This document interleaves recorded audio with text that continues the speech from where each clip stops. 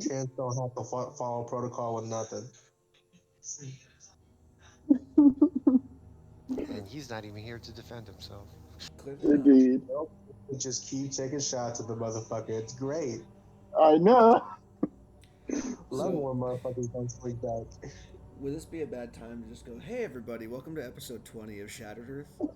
And last time we played, the manor was dealt with in part because everything happened in downtime. Lots of things happened in downtime. And now I believe the party is ready to go on their own next leg of their journey to the capital city of Onick. So, is there anything anyone wants to do before you take off to the road again? On the road again. No, I'm good. I'm good. Got no money. I no longer have any money. I have a shit ton of money. I mean, you're a family man. Of course you don't have money. You probably give it all to your wife. Ba-dum-tsh. I have 8 silver pieces left to my name. You're rich, sir. I have 600 gold. What? Congratulations. A bandit? Oh, how horrible. Still salty about that.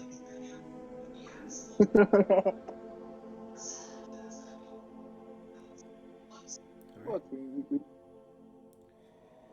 So, in that case, loading up the cart with all your provisions and junk, you guys can begin to set out toward the capital city of Onick. Now, while I go and find the map real quick, go ahead and whoever's leading this excursion, go ahead and make me I guess we'll do like watches. Go ahead and make me perception check. Whoever's leading the group right now. I'll do it. I call on Sarah Savante. I have advantage. Yeah. It didn't work. There it is. Oh, it did.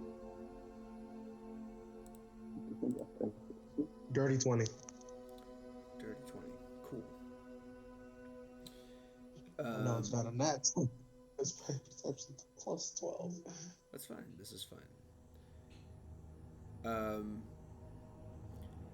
So in the shuffle of everything, in the I don't know hurriedness of people trying to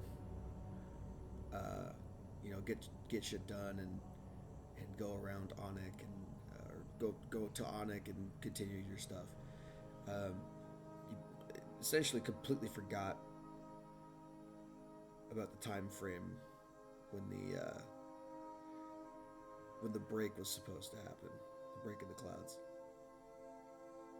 I forgot about it. Yeah, a lot of people did. I thought it was 6 months from now. Including God. No, it was like 3 months from when I said it, and then several of those weeks had passed. Hey, because I was like constantly asking you about that. I know. Well, I also forgot about the time frame, and I redid the math, and it's like, oh, it's today. So your first night out, you're setting up camp, and you're like, oh, this is nice. Setting up camp and just watching the stars above your head. Oh wait, there's stars. Oh, hey, there's stars! Holy shit! Oh, shit balls. Like as you're setting up camp, and as the sun begins to set, or not the sun begins to set, but like as the break in the clouds makes itself more and more apparent, you can tell that it would be sunset through the break. It doesn't like exactly catch your attention at first because it's normal sky when you see it, and then by the time night falls, it's just very clearly like just a dark patch that's slowly moving across the horizon into your periphery. and staying there after setting up camp and keeping an eye on it. Eventually, you guys catch your first glimpse of home in a very, very long time. I kind of like go around. Everything. Okay, hold. I don't know what that was. Can I see if this is an illusion? Just to make sure. How would you be doing that? Intelligence check, I'm assuming? Intelligence check or Arcana check to see if this is a spell or not. Roll an intelligence check. That's usually how illusions work. If my character sheet would cooperate with me.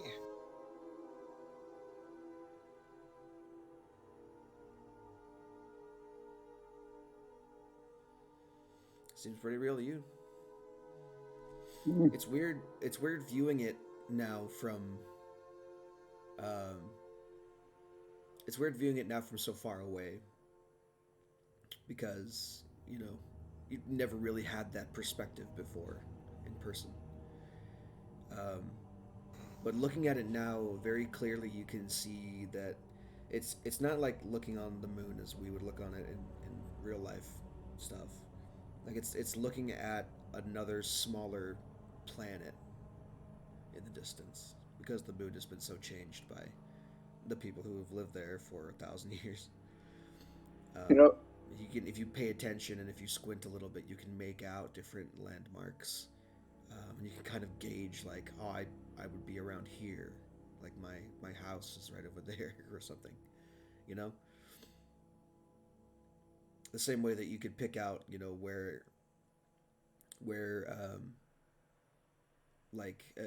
in general a city would be on planet Earth from, say, the International Space Station. Mm.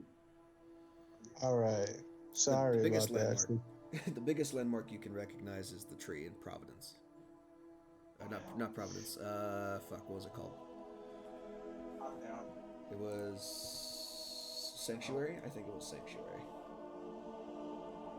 Can Tavanta wake up Chance and show? I don't know if Shogun's already awake or not, but like.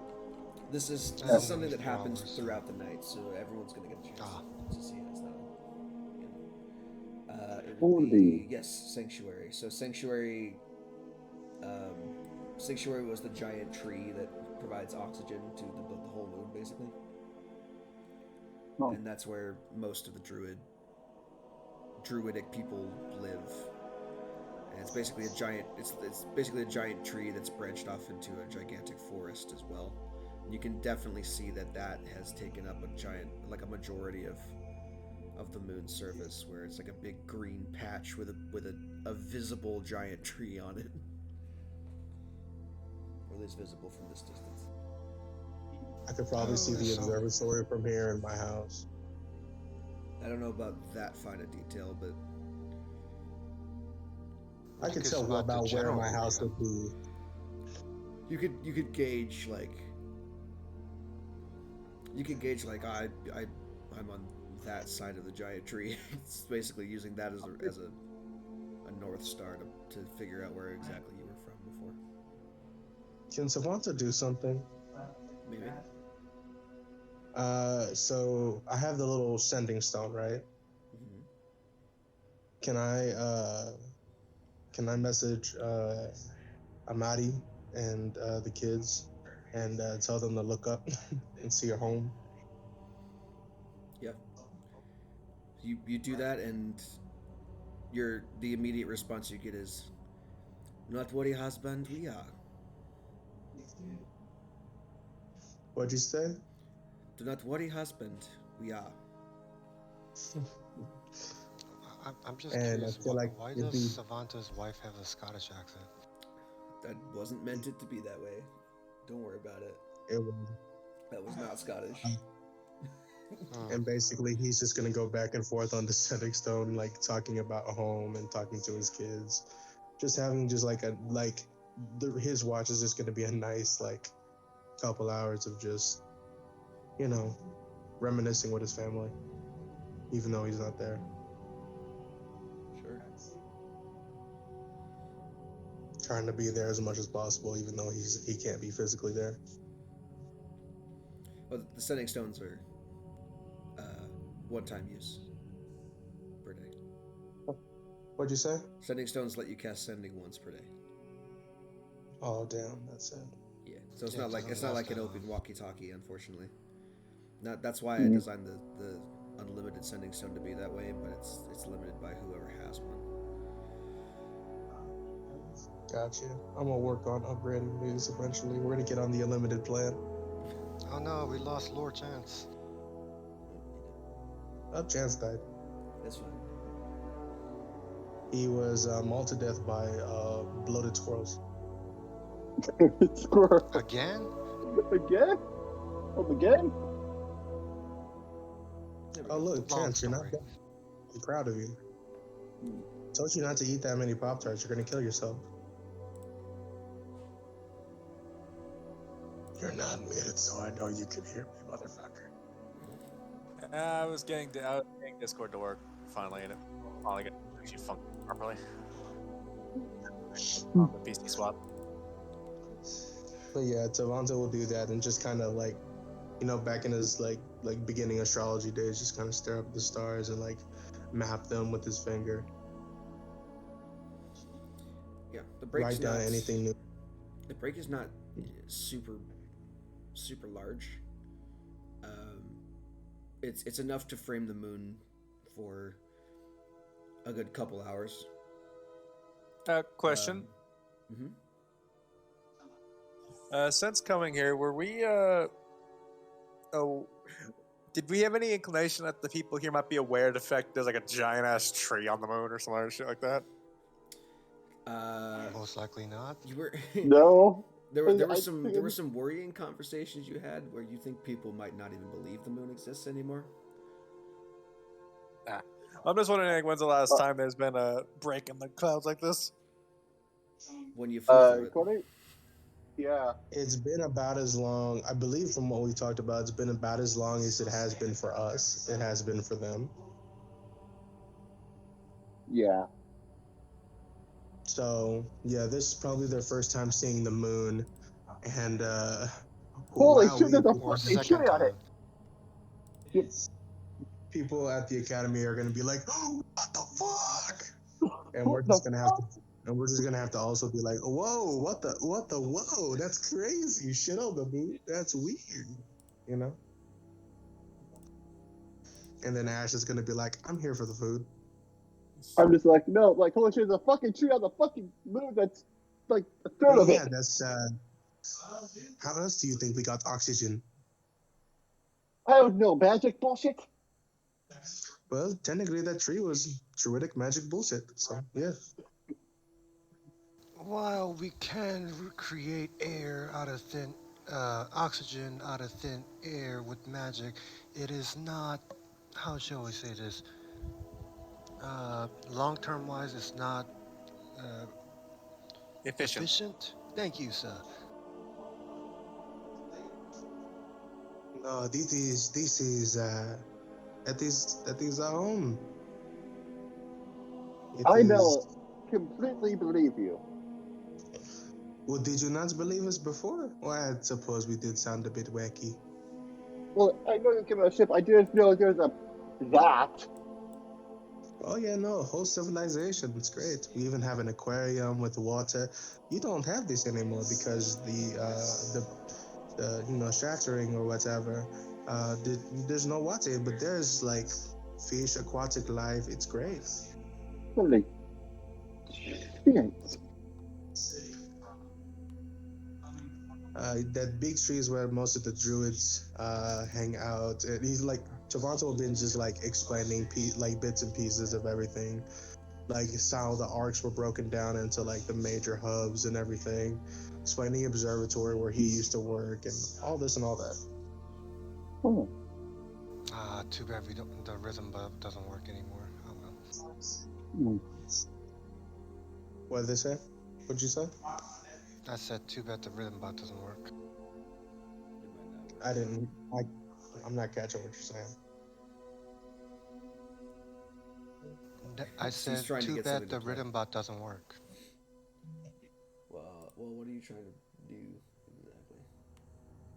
No, just don't worry about it. I mean, it I does choose. work. I had to change the command character, which is why it's question bot rhythm, not exclamation point rhythm. Hmm. I wonder what the rest of the world would think. Probably freaking the fuck out. I mean, what is there to freak about? The moon's a little green, and I'm kidding. I know this is big. I just, I don't know what the ramifications will be. I'm just going to. What? You're a bad example, Ash. I guess we'll find out when we hit the academy. Well, actually, sir, he would be a perfect example. He was shocked to see there was a tree on the moon, sir. Yeah, but we don't know how the rest of the society will act. This is one individual person. We don't know how the rest of the lords or the politics of this world are going to react to there being life on the moon. I hope they don't do something foolish as try to declare war on the moon, sir. I mean, I really that wish just you sounds like had. that sounds like a logistical nightmare. There's a thing in the world now. Yeah. I mean, for the record, Strovan, I feel like there's I don't see a way for them to get to the moon anytime Yes. soon. Let us hope they never discover the Ark, yeah? That's like a thing. Dismay and Come on. at best dismay and apparently a startup there. What's the word am I looking for here? Perhaps vamping more into research, arms race. Try to find a way to get to the moon.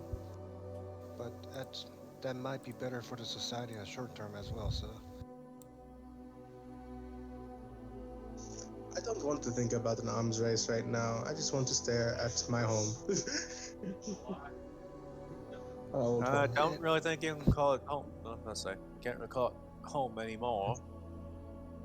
I mean, speak for yourself, sir. I still consider it home. I still have a wife and kids up there. Yeah, it is old. It is just because it's older and we no longer live there doesn't mean it's not home. It's also a place where you can no longer go back to. You never know that. You never know what's As gonna of now, happen in the sir. future. Who knows? Maybe things will jump off, technology will advance, and we'll be able to go there and back. You don't know.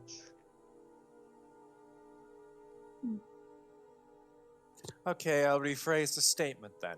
We can't go back anytime soon. You don't know that. No, I'm fairly certain I know that one. And what else As far is as I know, soon? anything is possible. Given how the arcs were quite literally made by divine intervention, as well as we're aware. Don't see that being replicated very easily by mortal hands. I will never rule out the impossible. So you can have that, and I will have this, and I will look at one of my homes. You do that. And because Chance knows Strovan will give him no end of shit until he eventually reads the fucking thing, Chance gonna spend the time while the cloud cover's breaking just reading the fucking nobility book. Sure. Nobility and a proper just etiquette. orgasms on the spot. No, Trollman would just see Chance reading it. He just nods and say, "Very good, sir." A single tear goes down your cheek. Does not make a man cry, and that's okay. Please tell me someone gets that reference. I get it. Tremendous, look up at the moon. Alright. That was, for the record, I was making a reference to fucking No, I didn't Clyde get with it the at all. Chance I was making a completely different Yeah, thing. my reference was to Clyde with the Chance Meatballs, that one cop guy. Oh. My chest hair's tingling.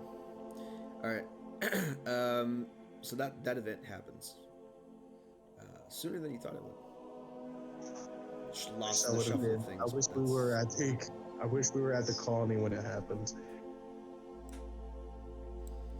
But okay. So your first night Anything there else? essentially is spent just watching the break in the clouds roll by and eventually disappear over the horizon. Other than that, nothing super crazy happens.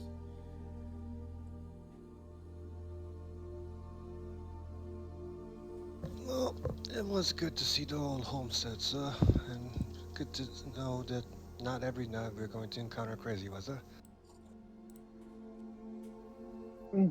It's just nice to see home again, yeah. Very nice. I agree with you, Strongman.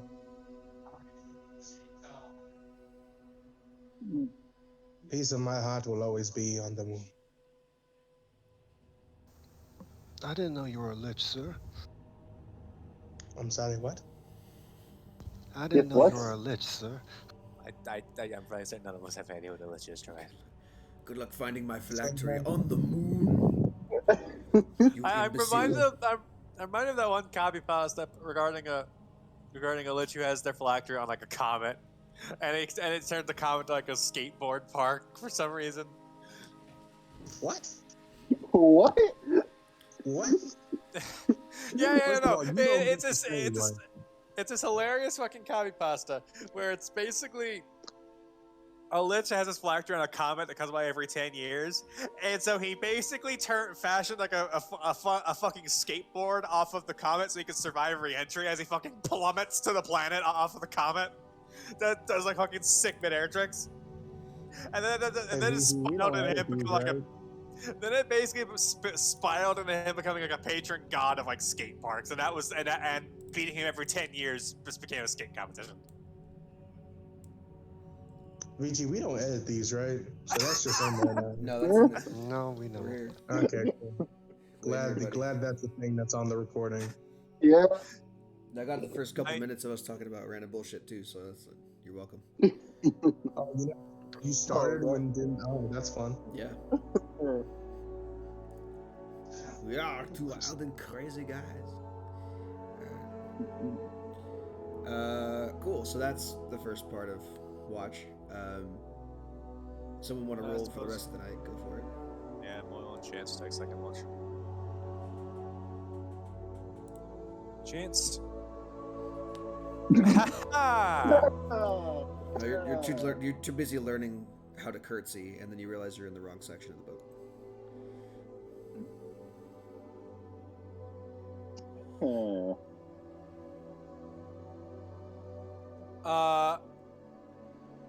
Okay, that was slightly concerning because for a second it tried to have me character answer Moyle, and I was like, no. How do you have a -2 in perception? Because Chance's wisdom is 7. How? How is that possible? -2 and not proficient. Yeah, no, I know. I never thought that I didn't think that you were that bad at perception this whole time. How? I've always been this bad. I don't know. I just for some reason I thought you were at least positive. Why is it rolling twice? It's set to normal. It's not set to advantage. What the fuck? Yeah, The fuck is the sheet fucking up now? that's a good question. Like it tried to throw me to the character mancer, and now it's rolling dice twice for some reason. I don't know. Something fuck you up with Roll20? I hope not. It might be on my end, to be fair, because Chance is fine. It was just Moyle that's going fucky. If I turn this on, go back to the core page here. Hold on a second. Let me go back to the core page there and try it again. Yeah, mine rolled only once, so I don't know what the fuck that was. And also, why do I have like a button for short and long rest now? What? Yeah, I turned that on. I don't know. Gotcha. I wanted to see what that would do. I want to hit the long rest button and see what pops up. Where the hell's the long rest button? Apparently, there's a new button on your sheet that lets you select whether or not you're doing a fucking rests. I don't know. You have to go into spells or not spells. You have to go into the options on your character sheet and turn it on the right hand side of the page. So yeah, Moyle got a 14 on the perception. Cool. We'll call it 14. Why not? Well, I assume we're gonna call it 14 because it was 2 11s somehow, and it was set to normal, and so I can't. It's not me fucking up here. It's a technical issue. That's right. I don't know what's going on. We're just gonna call it fair.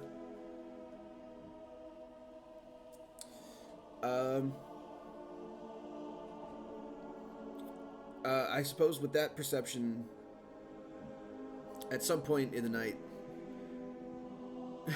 Moyle is paying attention to the break in the clouds, and he's like looking up at it, and he just I don't know.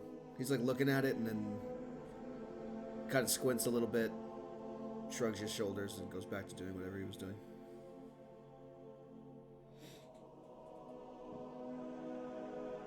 See anything, Moyle? Maybe. I don't know.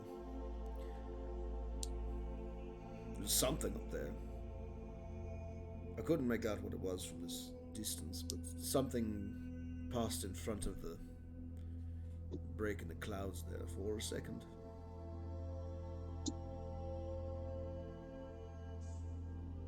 Okay, opening up my shattered earth notes and writing illithids incoming. It wasn't on the moon. I see he passed in front of the break. I know. Something in the sky above you. I was making a shitty joke. There's a giant owl that lands on you, kills your whole party. You were right. It was a shitty joke. Congratulations. Oh Unfortunate. Like, I'm allowed to make bad jokes. Nope. Only No, good ones. sir, you're not, sir.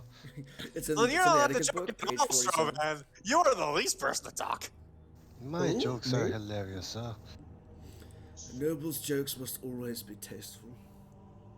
Exactly. And that's also why Noble's jokes are never funny.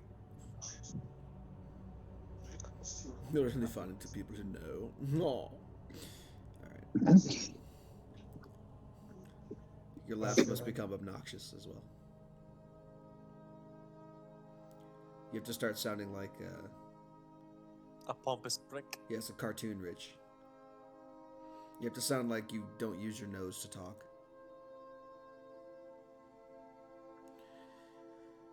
Cool. Anyone want a third watch, or we're just gonna call that good? I'll I take mean, the I third can watch. go I should have again. had If 4 hours. Kelvin Of asks us all. I could go. Cool. Go I for only it. need 4 hours, so I should have had the first and second watch finished with me. So I should be done with the 4 hours, right? Sure. Unless you, well, I don't know. Did you want to take a look at the moon in the first watch, or what? Nope. I mean, he looked at it before he, went to bed, but that's about it. Cool. Then go ahead and roll.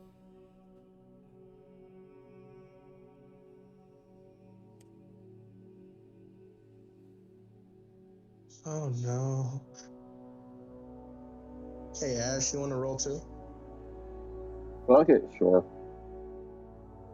Please. And that's my owl. My man, I'm looking for perception. I have advantage because Sentinel Shield. And that's a 12. That should be a 12. What the fuck?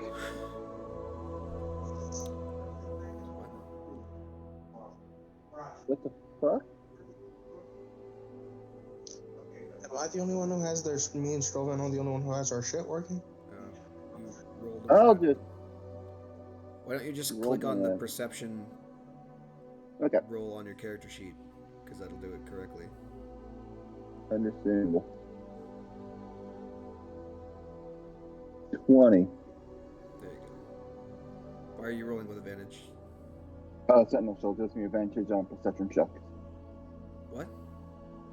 What gives you Sentinel. what? You were very muffled. I don't know what you said. Sentinel Shield. It gives me advantage on perception check.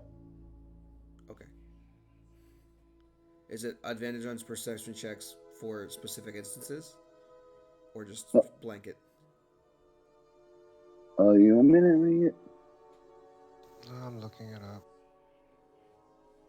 Also, Wait 2 minutes. Play Just small.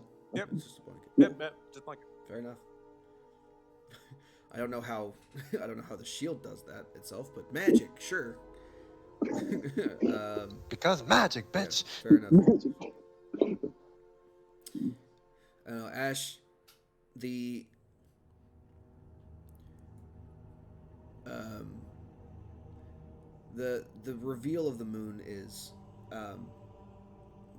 causing you to be a little bit more, I don't know, antsy. Like you find yourself, like when you're sitting down, you're bouncing your leg. You think you hear things off in the brush more often. You're turning your head. Um,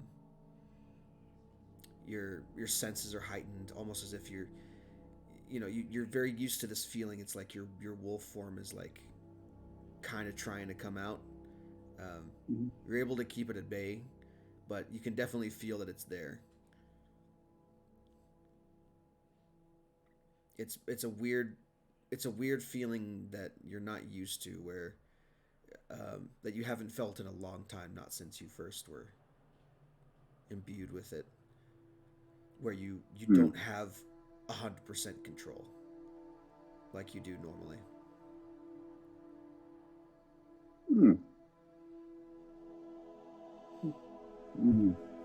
Okay. Yeah. Not enough to force you to do anything, but enough to give you pause, like, oh, that's weird.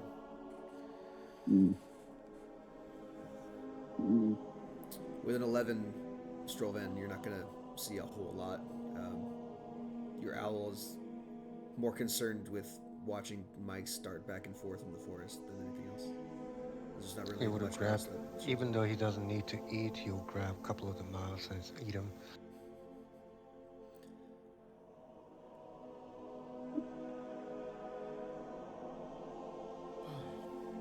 All right. So as the break gradually drifts through the sky and disappears over the horizon,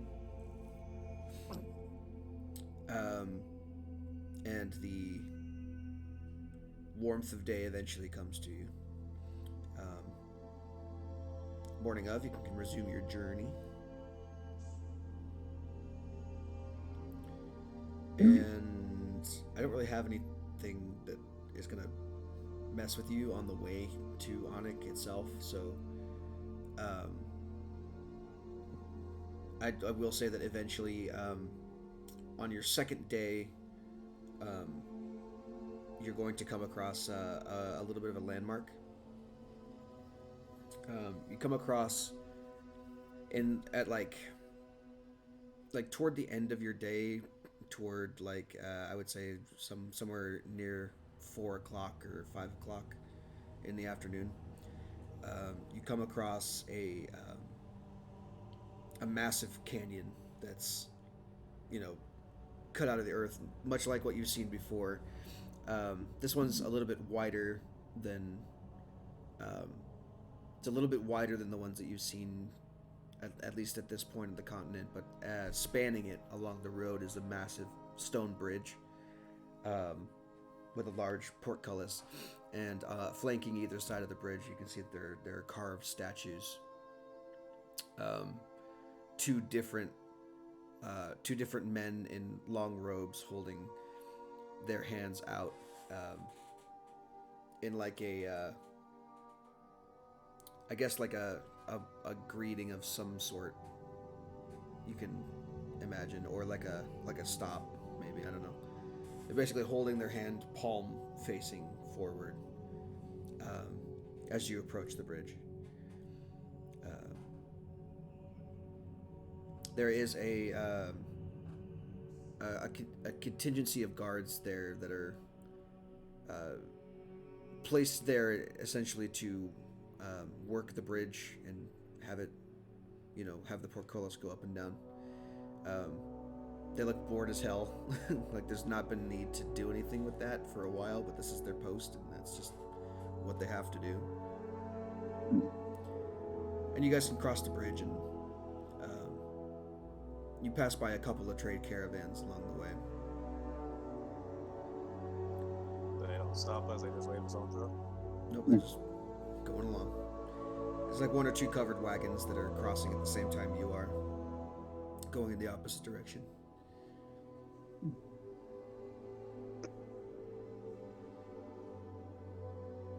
If it's going the opposite direction, is there a need to stop them, sir? No. No.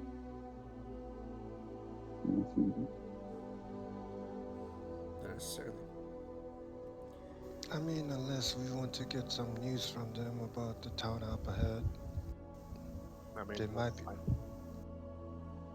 I'm fairly certain there's something important regarding the capital. I'm fairly certain we would have heard it by now. Well before this. Unless it happened recently, sir. Do you hear them shouting about it? Is anyone here?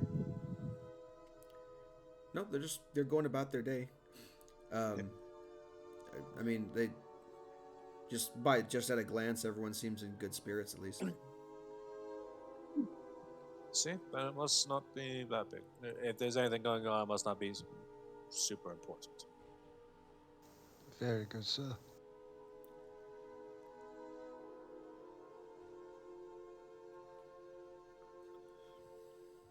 Cool.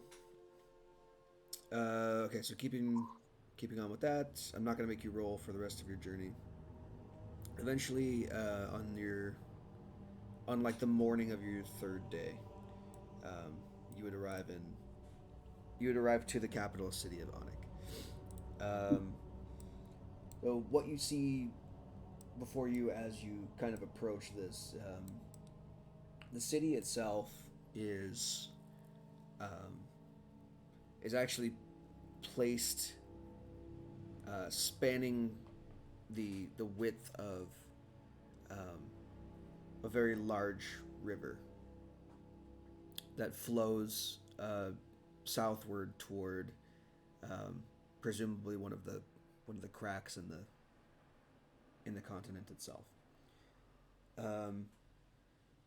Outside of the city, you can see that there are walls that ring it, but then as well inside, you can see that there is on a hill that kind of rises above the visual horizon that the walls create.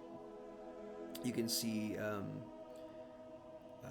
several tower structures that sit on a hill, surrounded by smaller housing. Gently curling smoke pillars rise from behind the wall, places that you can't exactly tell. And just outside the wall, there is a small village that's kind of been set up and is hanging out there. As you kind of drive through, you can realize that this small village is it's essentially like a cheap place to stay if you were a caravan. There's a small inn. There's there's a couple of trading posts and the houses of the people that run them, but nothing super fancy.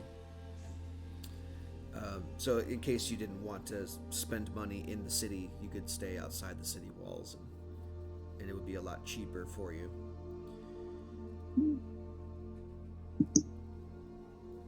Approaching the gate, you are essentially cataloged by a guard with a clipboard, asked your business,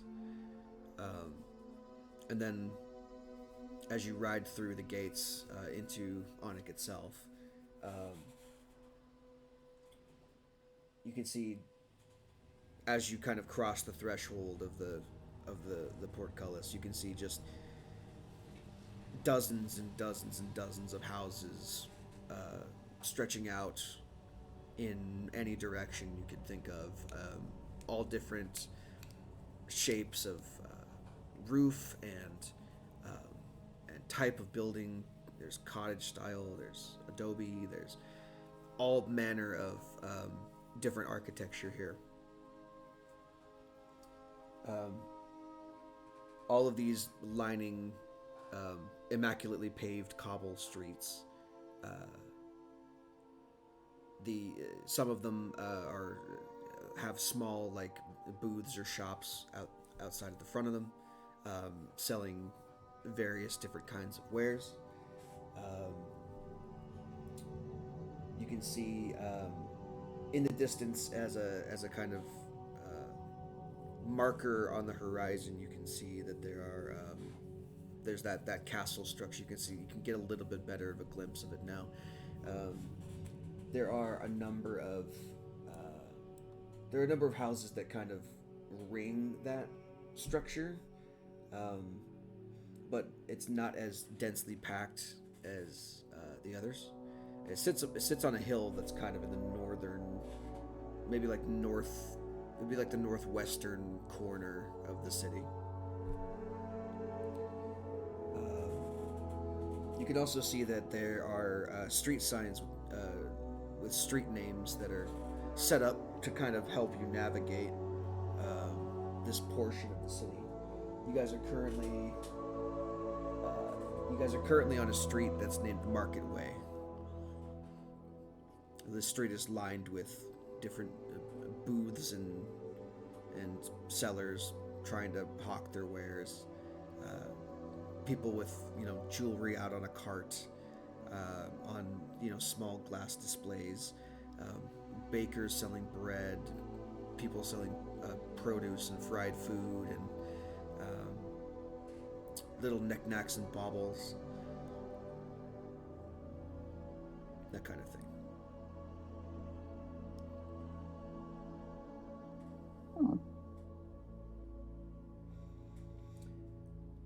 If you continue down Market Way to the end of it, you'll come across a place that's marked as Grand Plaza.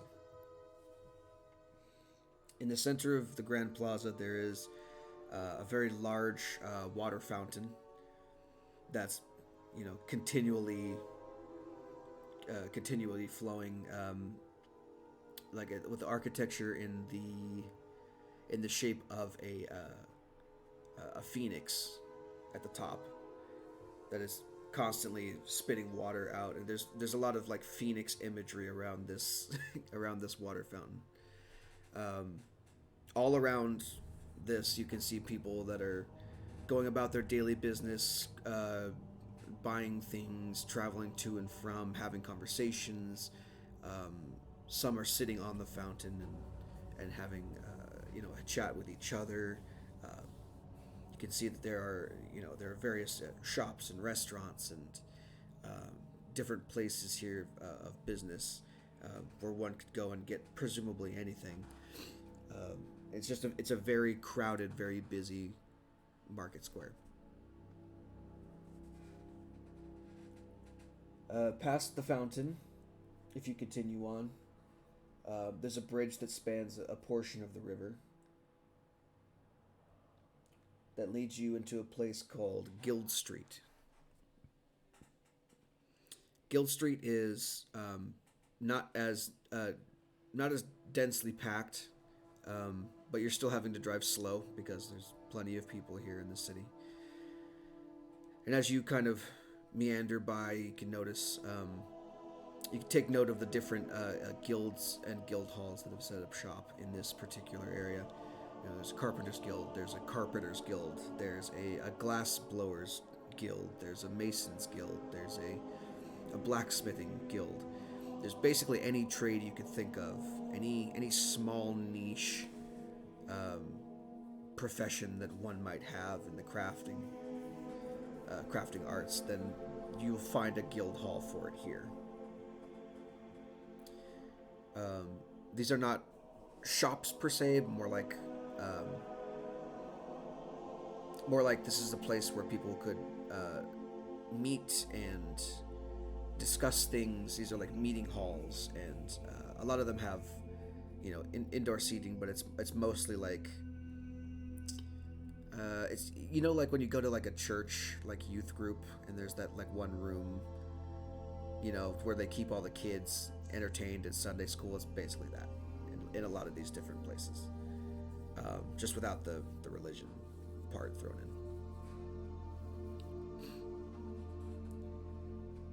So it would be prudent to, as your lord, to visit the local lord to give a greeting, sir. Now that I've actually been reading the book, is he full of shit? and, what was the question? Now that I've actually been reading this fucking nobility book, is Strovan full of shit? No, there's decorum that's expected of nobles. It's been pretty par for the course so far. I have not lied to you, sir. At least not willingly, sir. Hush you, I'm asking God. I know, sir. Okay, I guess local... Isn't the local nobility the fucking prince? This is the capital city. The local nobility, quote unquote, is the king. More the reason to show your pledge yourself to him, sir. Since he is the king, sir. Not for very long, given his illness. Nevertheless, sir, that is the proper protocol, sir. Yeah. Alright, I guess we go to the palace, I guess? I wouldn't even go. The city is. I'll give you this. I'm describing things as you come across them as you're traveling naturally through the city. You're probably gonna need to stop and take a breather and get your bearings if you want to know where things are. I will say that you are in another large courtyard with another fountain in the center. This time of a dwarvish-looking individual holding a hammer high.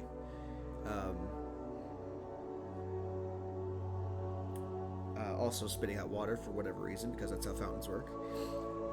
This place is marked on the street signs as Guildhall Court. There are several larger guild halls here that seem to indicate like the more important guilds in the city. Those being like essentially everything from like carpentry, like all the big like general stuff that people would need all the time has a guild hall here in the court, and all the smaller ones have like a radial presence around the court. So like, you know, as you were driving up through the street, you would have seen like the haberdashery guild, you know, the guild for hat makers. Not a big business, but as you go toward the center, you begin to see things like you know, the glass blowers, the blacksmiths, the carpenters, the I don't know, the stonemasons guild, like that kind of thing. Like the more important ones are all clustered around the center here, around the central plaza. And again, these are not necessarily shops, but these are places where people would meet and discuss things and go over, like, you know, like policy. Like this is like, you know, small local politicians and clubs and, you know, people with money who can afford to lobby change, let's say, in the city. So it's a place that's it's a relevant location. It's a relevant location, yeah. Like if you needed something built, if you needed to source something for a shop, like if you wanted to have like you know, like you know, if you wanted to like replace the windows on your building, you have to go to the glassmakers guild to get the windows replaced. Like essentially these are unions. They're basically unions. You have to go through them. There's a lot of protocol. So you're saying this is probably the place I contacted to get my house repaired? Oh yeah. This whatever letter you sent off was sent to one or more of these guilds in order to source the materials and people necessary to work on them. So for the most part, and those people haven't like showed up to repair your house. All you've done is send the letters off and you know, in discussion of payment. You could, if you wanted to, check on the status of that by walking into any of the guilds and you know, talking to their secretary, I'm assuming. Or you could just wait for their response and whenever you get back home, and check your mail. Uh, Whatever works. I'm actually like hop off the carriage. I'll meet up with you in a little bit. I actually need to source this out. See what's things. Which would be the one I probably contact the most? Most likely the carpenters, because the floor desperately needs repair as well as the stairs. So you were doing the flooring and the stairs were the two things that you basically paid for with that 4K that you spent. So Carpenters and Masons Guild most likely would be the two that you would contact first. Strobe and sighs and follow chance. Oh, follow chance too.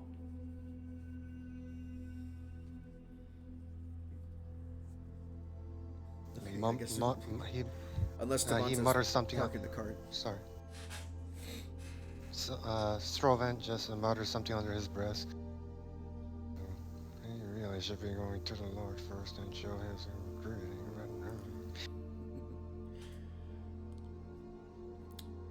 Is Tavanta going to stop the cart? Tavanta's not here.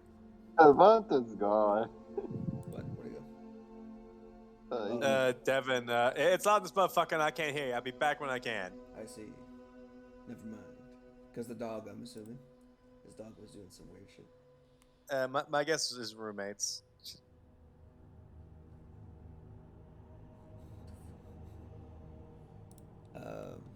Or something, I don't know. Whatever.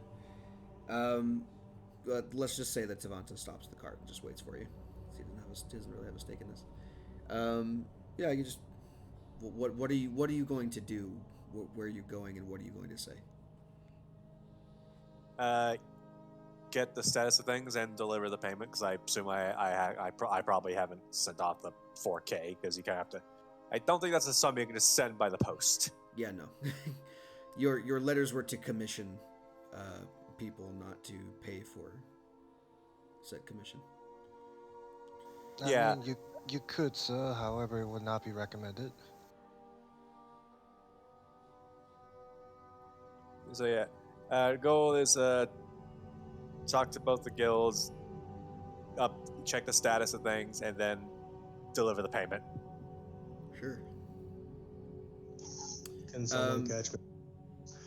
Yeah. So you're at the capital city. I've been describing things as you come across them. This place is a massive, sprawling metropolis. Like there's dozens, if not hundreds, of buildings all around you. Very crowded streets. You've been driving very slowly on the cart as you guys kind of travel through town. New York City or Oklahoma City?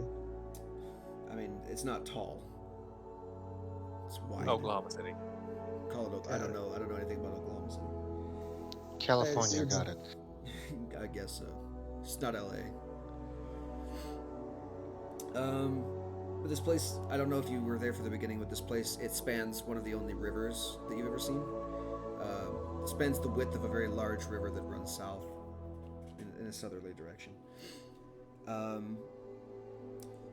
Currently, you guys have driven through the market plaza where, basically every good ever is sold, and then now you're driving through the guild hall area where basically every union in the city is housed.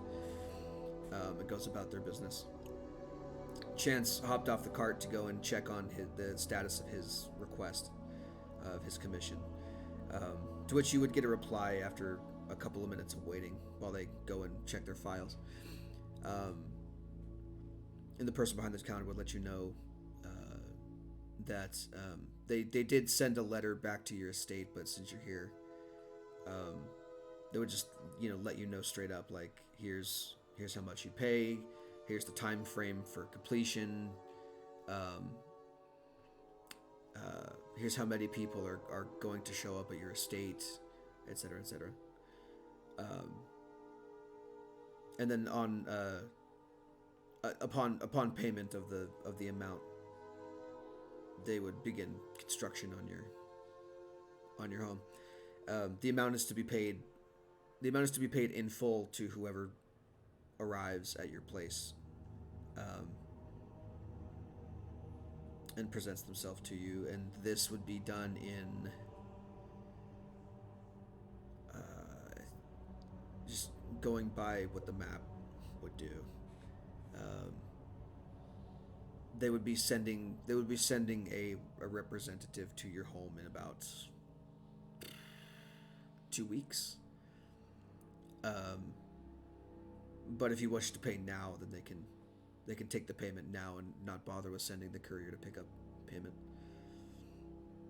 I think I prefer to pay now because I don't know exactly how long we're going to be here in Onick. Yeah. Also, your money is on you and not and not in That Lasher. too. So yeah, if you drop off payment now, they'll go, cool, excellent. You know, we don't have to pay for things now. Excellent, cool, great. Thank you very much for your patronage. Someone will be around to solve your housing problem at some point in the future. Thank you. That's sort of back to the cart, back on the path. Great. Mm. Later detour. So these plazas also they have a number of branching paths. All of these street names are basically named.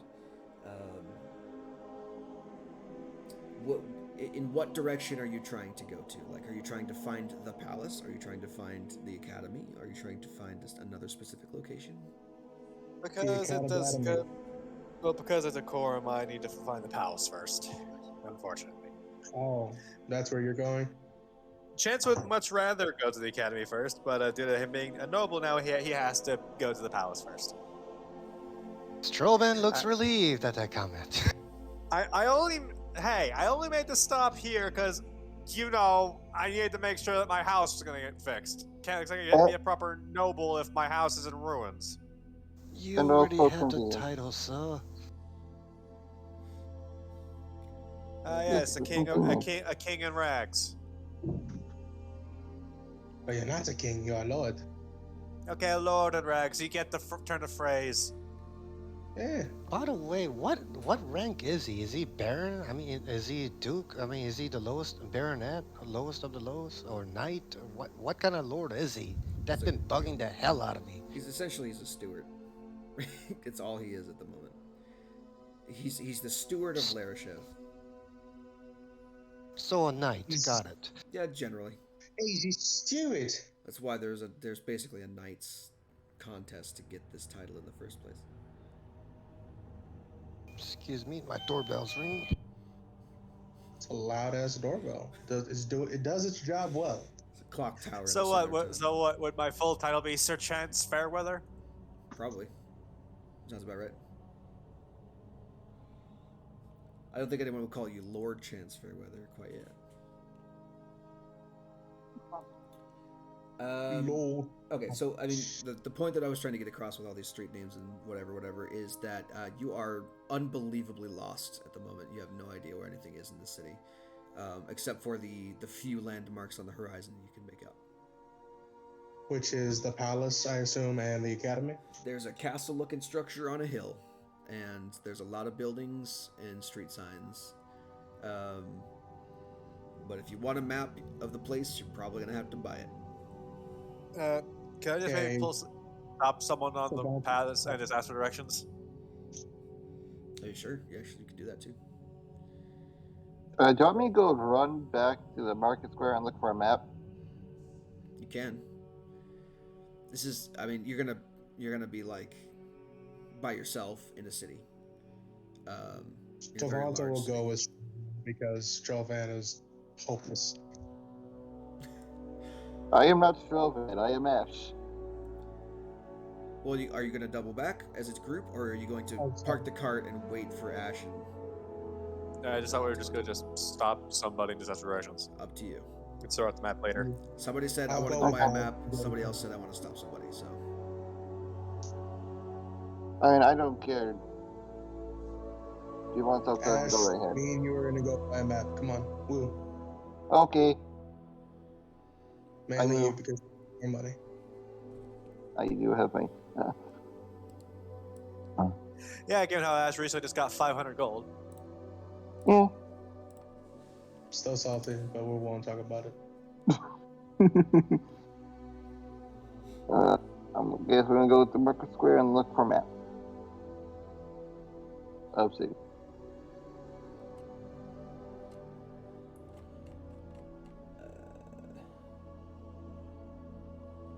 Hold on a second.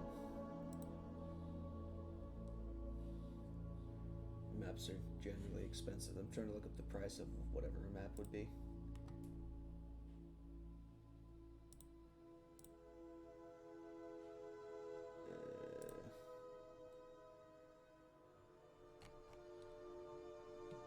Wonder if it says on this.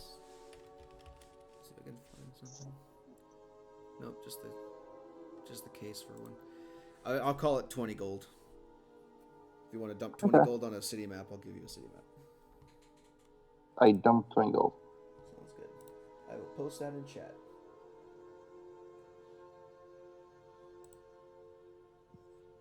Neat. We now have access to a map of the city. Ooh. By the way, for the record, what does that staff of the Soulbound look like? Just to know if it looks fucked. It looks like a stick. Files are too powerful. Great. It's a big map. It's too big of a map to post, apparently. Oh no. Oh no. Not Discord, no. Discord, the ultimate BBG. Hold on. I can That's maybe fix this. Suck a dick. I'll save it as a PNG and see if it makes it any smaller.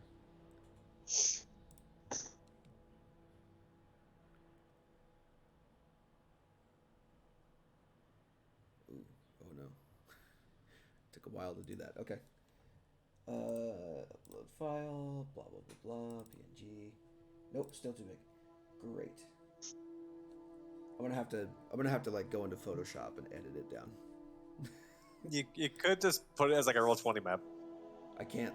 It's too big for Roll20. Oh, okay. It's too detailed. The map is too good. So for the map that I'm using is from another module. I was like, the city looks good enough. So it's called Bard Skate up on the top, but just ignore that. Just call it Onick. It's fine. Let me go ahead. I'm gonna go ahead and like lower the canvas size a little bit here. Explain the picture. Oh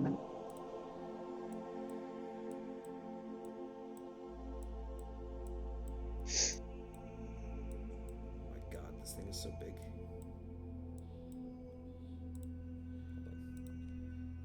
Let's just fuck it.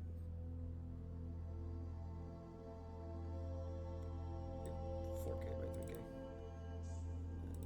Take this.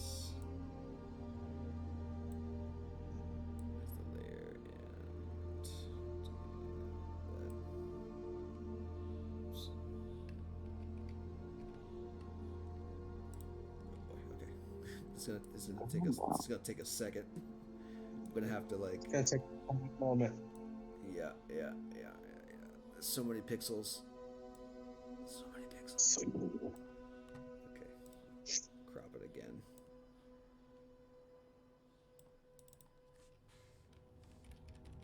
I'm just gonna pour me up some glass of wine real quick. Export, quick export, PNG.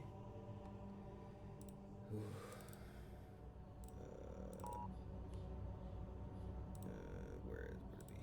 Documents, my docs, DB. Resources, pictures and maps, temp, save. Okay, let's see if that works now. Let's see if this copy is small enough now that I've... Nope, still too powerful. Okay, all right. Crop it again. Hold on a second.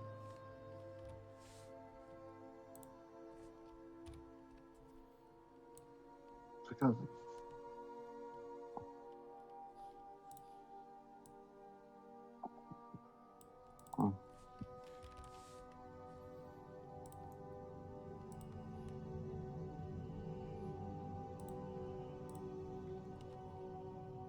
Try it again. Upload file. Blah blah. God damn it! How big is this fucking file? Holy shit!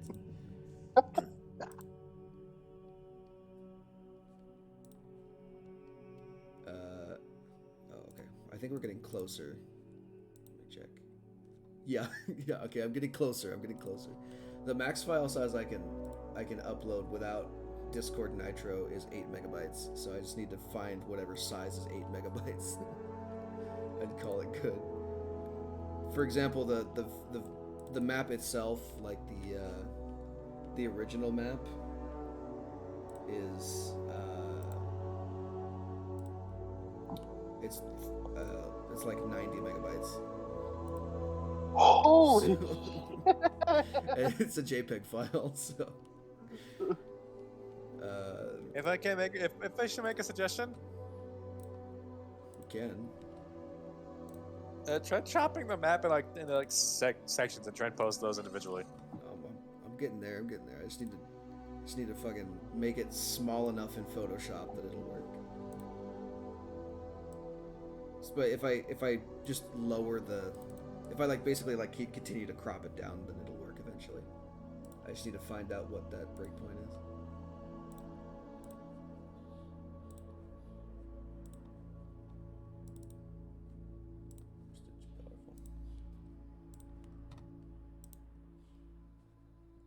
Where are we at now?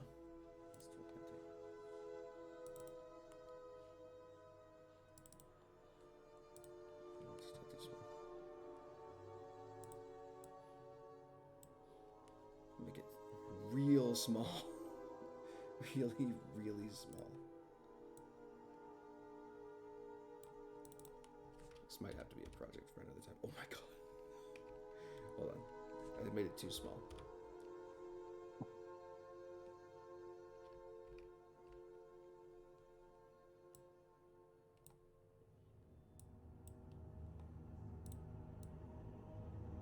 God damn this thing. Okay.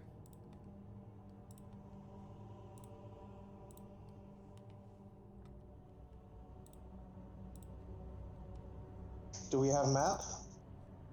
No. Oh. It's so big. This file is so big for some reason. I went, got burned by soup, and got wine, and I thought by the time that all happened. I can't make it smaller than like 12. Okay, hold on. I have another. Idea. Sorry, I got a police here, and they're asking me to question because a neighbor got robbed. So it's gonna take me a while. Okay, go deal with that, I guess. This is a fun session, guys. This is a weird day. What the fuck? it is. Yeah, no shit. This is a weird day. File upload. GM was like 30 minutes late. This is how this day is just gonna go, I guess. Okay, last resort. I'm gonna upload the picture to my Google Drive and then just share the link to it, so that you guys can click on it and view it in the browser or something. Christ's sakes. 4 o'clock, barely any shit's happened. Hell I yeah. know. That's like, what the hell?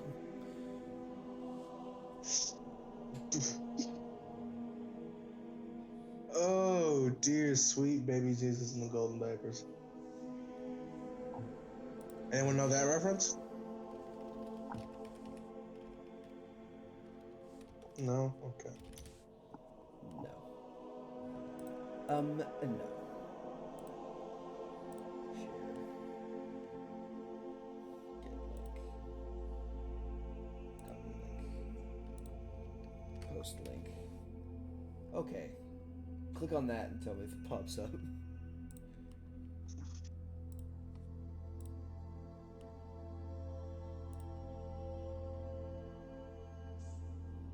Unable to access document. Why? Unable to. What the fuck? God damn it. Hold on. Requesting access. Indeed. Anyone with the link can be a viewer. Done. Okay, now try it. Trying link.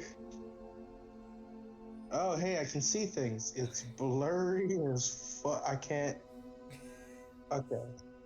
Sure. Okay. Well, you get the idea. It's It works sort of. it's blurry, but I get the idea of everything. Yes. Yeah. Just give it time to load. I'm guessing your phone is not. It won't be able to load a picture of that magnitude.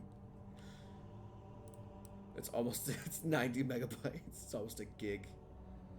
Why is this map nearly a fucking gig? I don't know. I mean, it's it's like 1/10 of a gig, I guess. 1,000 megabytes. Yeah, I thought that was 100. I don't know. I don't remember how things work. And I'm the one going to school for tech. It's fine. I don't know at least basic. at least you guys can tell. Generally speaking, where things are. If you can get it to focus, there's like street names and labels and shit. Yeah, I got it. I got it. We good. We rolling. Cool. Glad you guys are, because it's not for me. Well, fuck you. Figure it. I'm kidding, Hunter. So at a certain point, you'll get this map and you can navigate your way into the fucking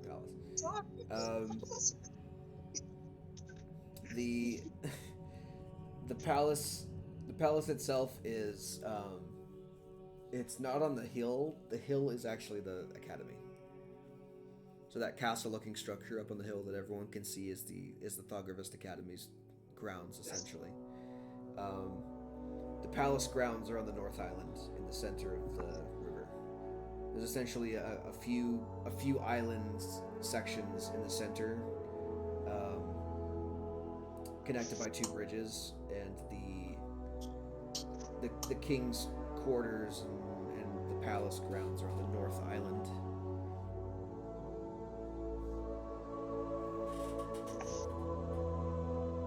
Alright then, to the palace we go. Sure. Yeah, sure, fine. I'll entertain this.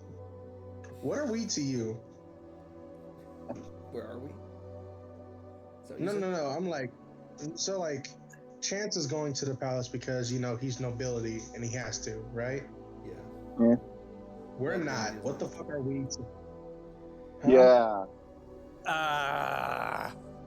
Yeah. Does Tavanta actually ask that? Because then Chance just like, I Yeah. rather not. Toronto, My you vassals.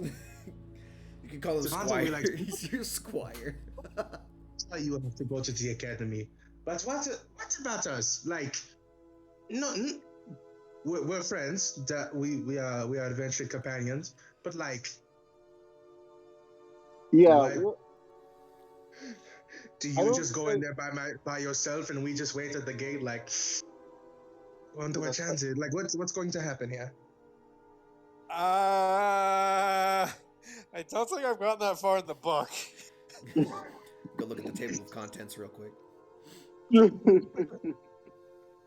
I mean, Strovan can definitely act like, like a servant or like an advisor. Looks at Ash, wild ass, looks at me, clearly Cow not ass.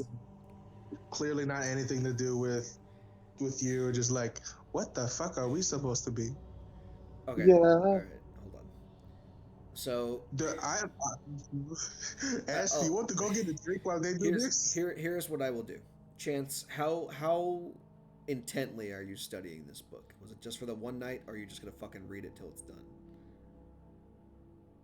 Read it till it's done. Cool. Because otherwise Strovan will never leave me alone about it. All right. This is a book that Strovan gave you that he did not pick up from anywhere, right? Just came out of Like he didn't buy No. this at a shop in Sine, right? He had it on him No. like the entire time. Yeah. Okay. I'm fairly certain Strovan did say he was going to he got that book from somewhere here.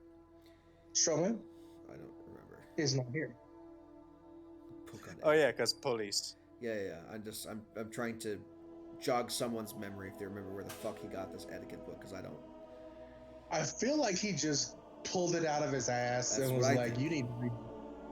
Yeah. Need to read because you are a country bumpkin and you just got handed the title of lord." I don't. I feel like he got it from somewhere. Like it's not This is gonna be from like the a moon. This is gonna be like etiquette for dummies. All right, is what he basically gave you. So- Nobility for. If you're reading it till it's done, then just roll me a fucking intelligence check. Can I use my profession die for research this time? Yes. Well, hold on. What does the research do? Like, does it have to be a specific kind of research? Whenever you make an intelligence check to research a subject, you can add your profession die. Okay, go ahead. It doesn't specify the subject. It just says, is there a subject? As long as there's a subject. Go for You it. okay, Pop? Christ. Yeah. This fucking book is way more ridiculous than it needs to be. It is. It very much is. This party is way more ridiculous than it needs to be. It is.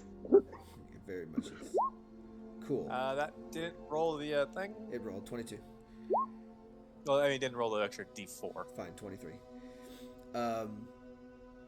Okay. So, in Etiquette for Dummies 101, Volume 1, it gives you the general knowledge of how to behave in a public setting as a person of station, and what level of station you are. Depending on the level of station you are, the requirements change. You are in essence a minor noble, like very minor. You hold the same amount of power as a knight would. You're not exactly a knight, but you're equivalent to. You're more of an administrative role than I guess a military role. Not government. But still, like basically in the same fucking bracket. So, just you have to, behave yourself. But most of your own, I guess, like whatever front you put on as a noble, just in general, like have manners, don't be uncouth. Don't be a cunt. Nobles, yeah, like don't be a cunt, but also don't make dumb jokes, and don't talk about things that are clearly uncomfortable for the rest of the company that you keep, and be a good host, and generally like duh stuff, stuff that you just be like, yeah, I already know this. What the hell? You just have to. The intricacies of a court depend on the court itself.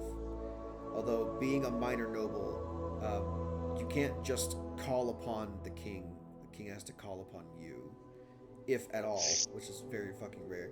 There's almost no reason for you to go to a palace and just be like, I am here as the new steward of Larishev, and I am here to introduce myself, and everyone would just fucking look at you like, who the fuck is this clown? So Strovan was full of shit. Oh yeah. Okay. Well, I'm going to tell him when he gets back. So here's the thing. He believes academy. that's true, but he's Strovan. He believes that's true, but you're like very minor, lord. Like the most ceremony you got was when you were given the title in the first place, and it was basically like the prince going, "Here's your deed. Sorry about your friend." That's basically, it was very weird circumstances. There wasn't really a lot of pomp to it. So your official bequeathment, it was not like, that's about as much pomp as you'll ever really experience as a knight. Like, you can move up eventually, I suppose, if you work at it, and go to court and participate in things that you're invited to. But you're very minor. Like, you don't just invite yourself places. Only like foreign dignitaries can do that, and just be like, I'm planning to visit your wonderful country, and I hope you'll receive me nicely. And the king goes, cool. So, but if it's like trying to walk into the court and just be like, I'm here to introduce myself, and everyone goes, who the fuck? Who are you? Get out of here. All right. Who let this ragamuffin in? And before I made an absolute fool of myself, Chance is definitely gonna give Strovan some hell for a bit of payback to the academy where we actually want to go. Cool. I said anything and just had Tavanta wait outside and just laugh the entire time. Also, I want you to realize, I just want you to realize this chain of events. Tavanta asked Chance what we represent. Chance thought back to the book for a second, and kind of just had an epiphany as he realizes, oh wait, Strovan's full of shit. He just slow head turns to the person in question and says, it just turns the car around without saying anything else. Yeah. We're going to fucking Okay, I Disneyland. guess no We're not palace going- So Chance doesn't even answer Tavanta's question. He just fucking turns the car around and starts heading towards the academy. But I guess that answers that. Fuck it. Yeah.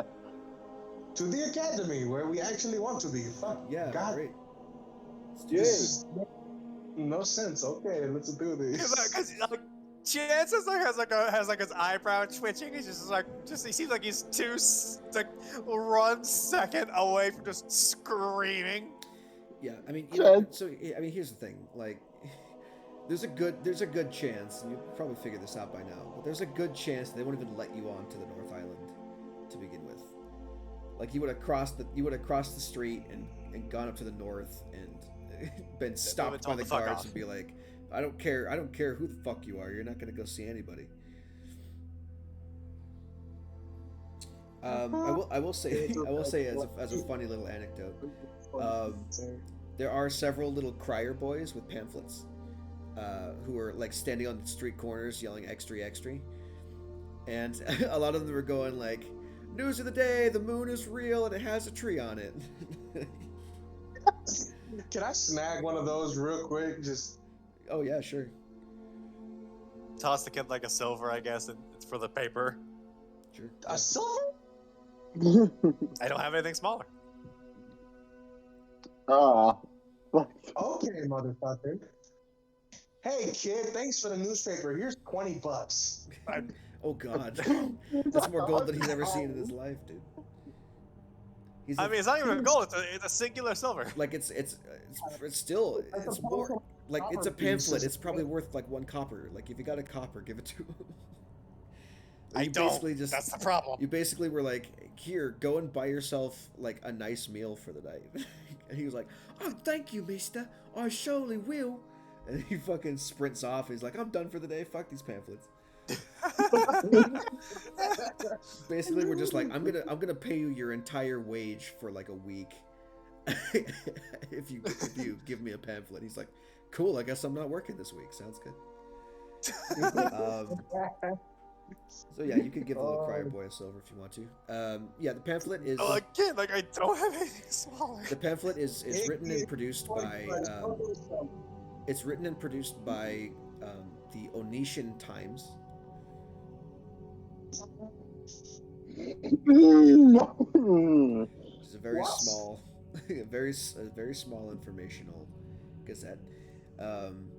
And it's basically like it's a pamphlet with 1 article on it and an artist's rendition of the moon, and it's just basically like a bad drawing of the moon with a tree growing out of it, and essentially it was like, you know, a wonderful cosmological event happened today where the existence of the moon was confirmed.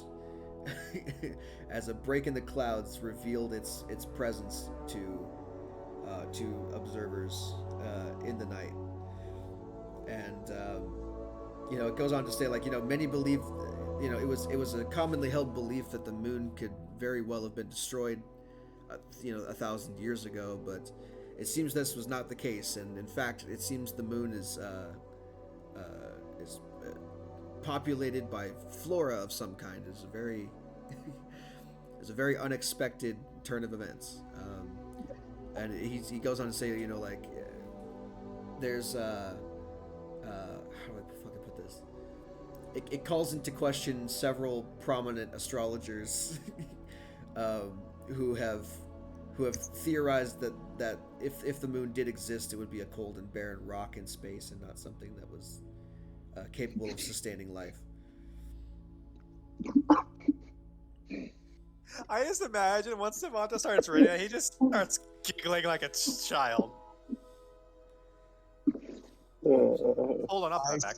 I surely do not. Oh yeah. So like the conspiracy theorists on this planet were like, the moon's real, you don't understand. And they were proven right. Yeah. Yeah.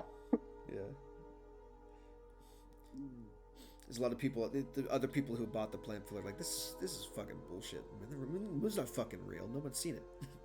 It's like, what do you mean? Someone just saw it last night. Why do you think they're publishing in the paper? This thing's a fucking rag. It doesn't mean anything. There's still some debate going on. But now the moon is revealed to have been existing, at least for some people. All right. So, these fucking zoom in because I can't read these fucking things. Okay. So, as you guys continue, down the street, you go north from Guildhall Court up to Orson Boulevard, and then you come to the hill. It has a very, very gradual incline to get up to the top, and as you pass onto what is essentially the campus grounds. I'm back. Sorry, I just got a hail warning, so I was letting my mom know car if she hasn't already.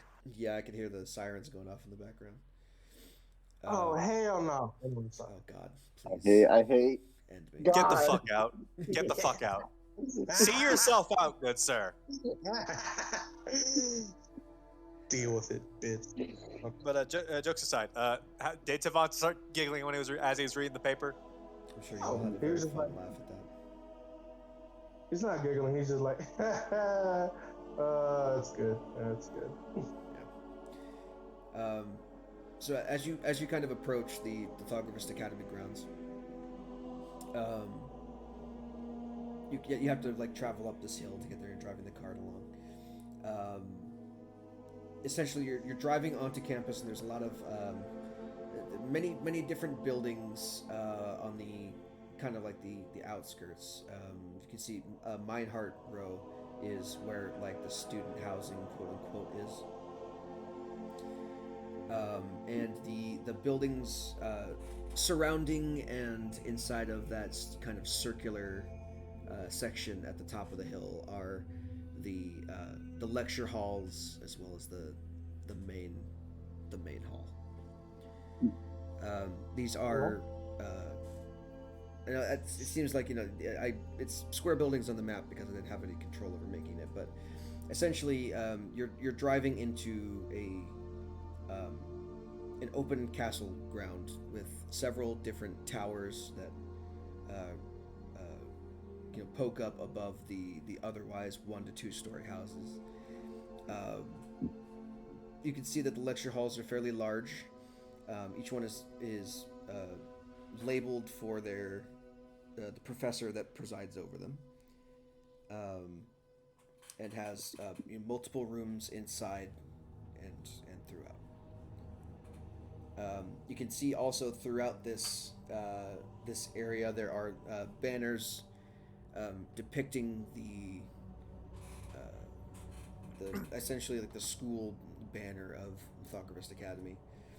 I think I had the description of what the logo was. If I can find it, give me a second. This one. Here, let me see if I can find where I wrote that down.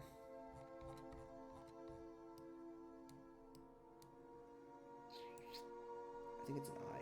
I'm not sure. Okay, hold on.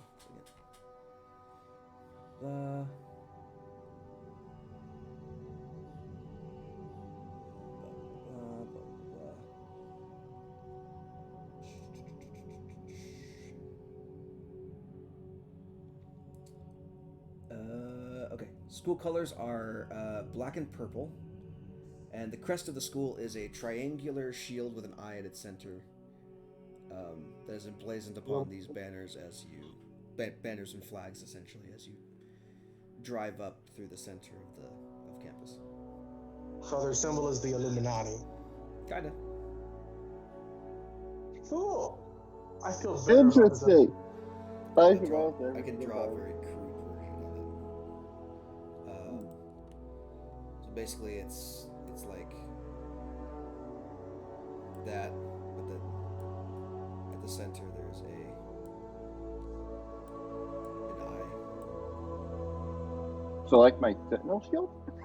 Kinda. Very similar.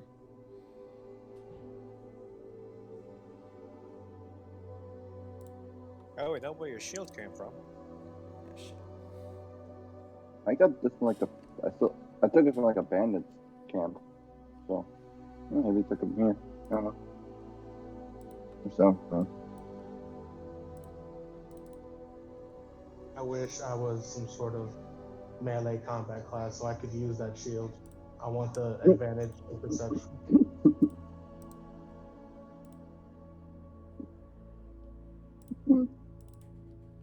Hmm. I have two. Aren't druids proficient in shields? Only wind shields. Right. What? I don't know. Oh. I thought to myself. You keep doing that, bud. Don't let anybody tell you what not to do. Whatever. Okay. So yeah. So what else are you trying to do on campus here? You're trying to go see someone specifically. You're trying to talk to staff. What are you doing? Well, I'm trying to. I'm very certain each of us have like our own goals here, except for maybe Ash, Strowman. I think, but I think Tavanta wanted to talk to somebody, and I wanted to talk to a. It's in my notes. Talk to one Kibler Tallerstein. Yes. Did Devonta want to talk to anybody specifically? Yes. The woman who I forget her fucking name. I wrote it down somewhere. Kiloway Dralis.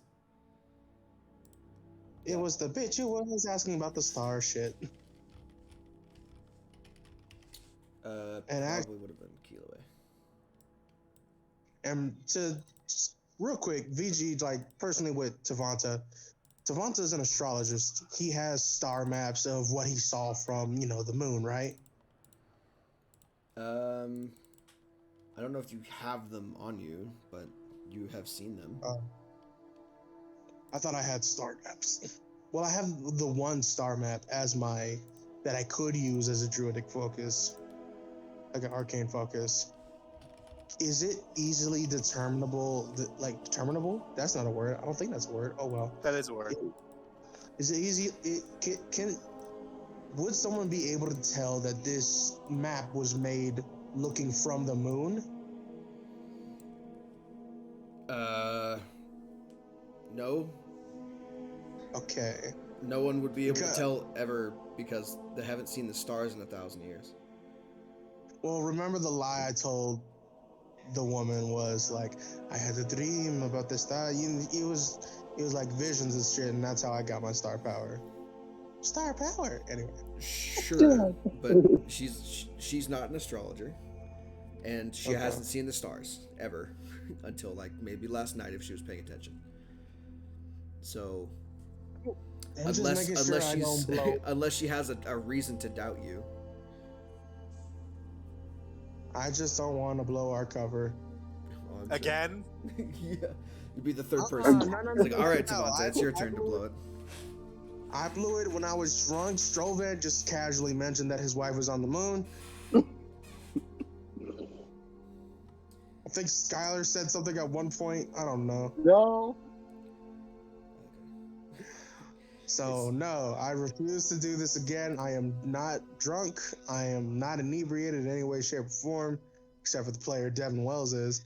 So, I had a large glass of wine. But, no, I will not give up the secret. We got it. We good. Okay. So, yeah, I wanted to talk to that woman because she said there was mention of star druids in archives or something. And because is the penguin dude in this city? I believe he was in this city. No. You don't know where Penguin Dude is. So because I remember like a bunch of people had work for us if we wanted it, and I don't remember including Richter. Who? Richter Crow. He's the penguin dude. Ah, Richter Crow, penguin dude. Richter Crow is the Penguin Dude. You don't. I don't think I told you where he was though. Unless you guys have it in your notes somewhere. I don't think I told you. Let me I mean, look he at would the have given map. us. I think he would have given us like some kind of location if he was offering work. I'm back. No, he's in Zasny. Richter Crow was in Zasny, or because Some motherfucker that was offering us work was in Zasny. yeah, Hadrigan is in Zasny. Madrigan. That's who Conley had dipped out to find. Okay. So we don't know where the fuck Victor Crow is. No, it's Richter Crow. And Yeah. Richter Crow.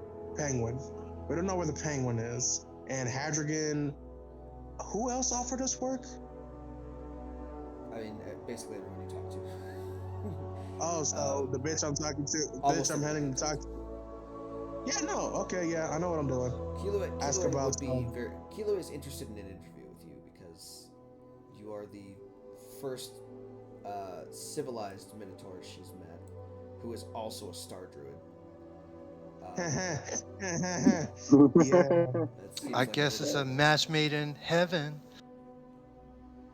I will strike you. Actually, no, I made a similar joke earlier. It was great. You came back to make that groaner of a joke. Okay. Look, Govan, you'll like this. So Hunter had to leave because there was a hail warning, and I said, "Oh hell no!"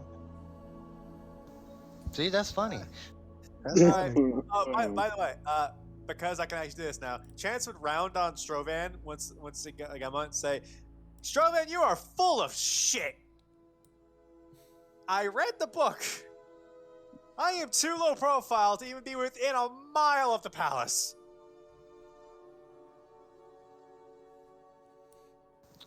I thought it was a policy to greet the lord of the city if you're visiting, sir. No. So, if you're How a knight, I was raised, sir. if you're a knight, you don't just call upon the king. The king calls upon you. You don't demand any of his time. Yeah. I never said to call upon the king, sir. I said to visit and greet his majesty, sir. That would be calling. That's upon still him. taking his time. Yeah, That's still calling him. That is calling upon the king. If you're gonna be like, courtesy is to say hi to the local lord. That's like for people of similar stature or at least reachable stature. People who are the royalty, who are the general governing body of the entire continent, maybe not. They've got more important things to do than say hi to a knight, especially one that they just don't know, probably. You gassing Hunter up like he's a foreign dignitary. Yeah. My apologies, sir. Yeah. The book you gave him, where did you get that, by the way? Did you buy that from somewhere, or did you? No, it wasn't 5,000 years old. Yeah, so from pre-shattering. It's like literally it's like fucking etiquette for dummies, like 101. Like that's basically what you gave him. It's got some good points in there, but it's not gonna give you any insight into, number one, how this court works, or if any of that has changed. But in general, you don't call upon people higher than your stature and be like, I would love to say hi, so I'm going to show up at your house and demand your time. And they're going to be like, who the fuck are you, clown? Get off my property. But in nicer words, because they're better at etiquette than you are. I really wish I hadn't said anything, and Hunter just walked up to the palace gates like, what up? Too late. Now, on the downside though, is I'm fairly certain that every other town I go to now, I'll have to do it outside of like big shit like the capital. Yeah, visit the local lord, say hi, see how he's doing, and then fuck off. Why are you suddenly Peaky Blinders? We don't need to worry about that. I don't know. Don't worry about it. You think I know how my voice do? I don't know how voice do. Knows how anything works. By the way, I haven't actually seen Peaky Blinders. I've been told it's good. English gangsters is what I've heard. I mean, it's the same as other shows that have come around of that genre. What was the fucking show Copper a while ago? Copper had the same vibe. It's a little bit different, but it's the same vibe basically. Well, regardless, we went to the academy instead, Strovan, because that's where you wanted to go, and well, the noble stuff has no importance at the moment. Yeah, no, it's Very good, sir. definitely not something may you be- should do, or maybe If it you might get not even be something you inspired can do. from- You don't know, but still. Regardless, you have moved on to visiting the academy. So if there's anyone from the academy you want to talk to here, Strovan, let me know. Not talk to though. I want to see the library if it's possible. Sure. Pick up a book on etiquette. If it's possible, but I don't think they'll let us buy it or take it out. Say loan it. Just get yourself a library card and bring it back. Well, Yeah, if I was an academy student. I'm wanting to see Professor Tallerstein because he directly told me to come talk to him back at the academy once the ball at the ball. He even made a little note to himself so that way, with him going through his magical induced mania, would still be able to, oh yeah, I remember now, got it. Yep. I don't know about you, low-class citizens, but I got an interview, so fuck you. Okay. So that's Damn. Yeah, you got an interview. You got an interview with someone whose main magical trait is learning your fucking true name and then using that to fuck with you in every shape, form, or fashion. And does My Ash, true name is Savanta motherfucking the bitch Simblair. does Ash have a destination? Free. I don't think she knows anyone in here, so I'm just. Can I come a chance? I guess. You do know someone in here. It's up to you whether you want to talk to him or not. Lore, background. Remember your Background? backstory that I wrote for you? My brain is derping. I'm sorry. Yeah. Yeah, if you probably have it written down, just look at what's written. Once again, my character is apologizing to Chance. Like, sorry, sir. I thought that was the proper protocol. Well, you nearly made a fool of me. So. Some squire. Sure, I'll Pilar. go talk to him. I guess. Go to what? Speaking. Oh. Sorry, go ahead. I guess I'll go talk to him once it comes around me. Is there a way that you can, like, lean closer to the mic or something? I can't hear you, man. Yeah, like your mic quality has taken a Super dip to. muffled. Like it. Like, are you in Blighttown right now? I got a new headphone pair, and it's being fucky, I guess. Maybe. Should be fixed next week again, I guess. I guess I'll go talk to the dude. The dude. All right. I think I know which dude you mean. The Yes. dude. Yeah. I just can't find his name right now. It's just like your opinion, man. Yeah. Okay, sure. Whatever. What's a fair way to do this? Everyone wants to go talk to a different person. Why don't you just everyone just roll initiative in chat. We'll call it good.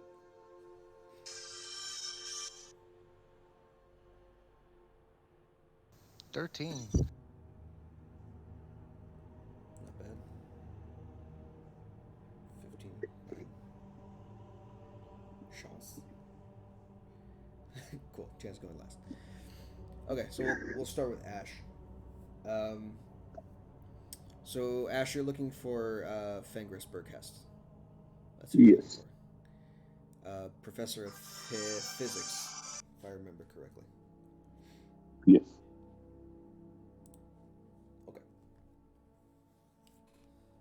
Okay, sure. So I mean, every building, like I said, is labeled with their respective subject. So you walk into the physics building, and as you're walking essentially down the hallway, you kind of looking around and you find the lecture hall in here. And currently class is in session. You can hear through the door the muffled voice of somebody, and then you hear kind of a muffled thud behind the door, and then and then many murmuring voices on the other side.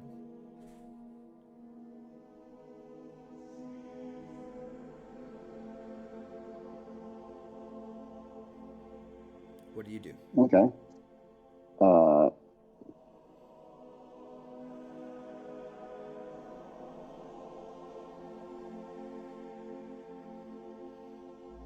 Do you do anything?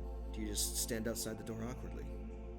I do just stand out of the curiosity because I don't know what the fuck to do right now. Just gonna wait till class is over, I guess. Cool. Strovan, you're up next. Uh, Strovan, you were going to see the library, correct? Yep. Cool. So when you arrive at the library, there's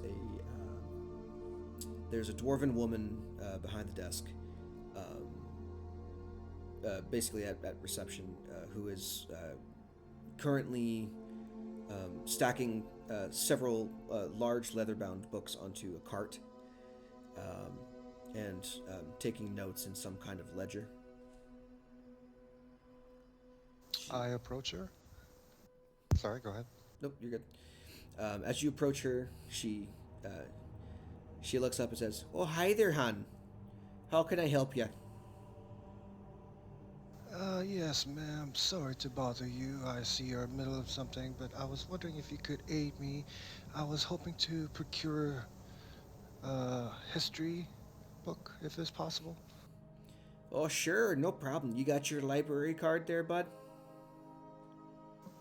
No, ma'am. I am not a student at this pristine academy. Okay, I I was see. hoping to. Yeah, okay, no problem. So the library is for students only. If you were to enroll in the academy and go through the process and present your library card to me, I could check you out. But unfortunately, the archives are not a public space, you know.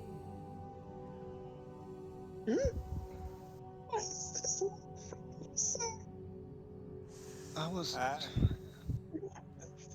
interesting. I was told will be able to browse from the gnome archmage I met during the party, but I suppose go visit, pay him a visit first. Thank you very much, ma'am. Oh, sure, yeah. If you can bring me like a writ of permission, that would be great.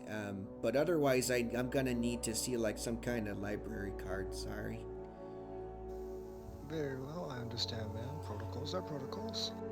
Now I do. So I'm also his secretary. Do you want me to schedule you an appointment there, hun? Is he not available right now, ma'am? He's a very busy man. You know, he teaches seminars and he has his own research going on. But I can pencil you in if he has a spot available. He and he did say it in the party, so this is not a lie.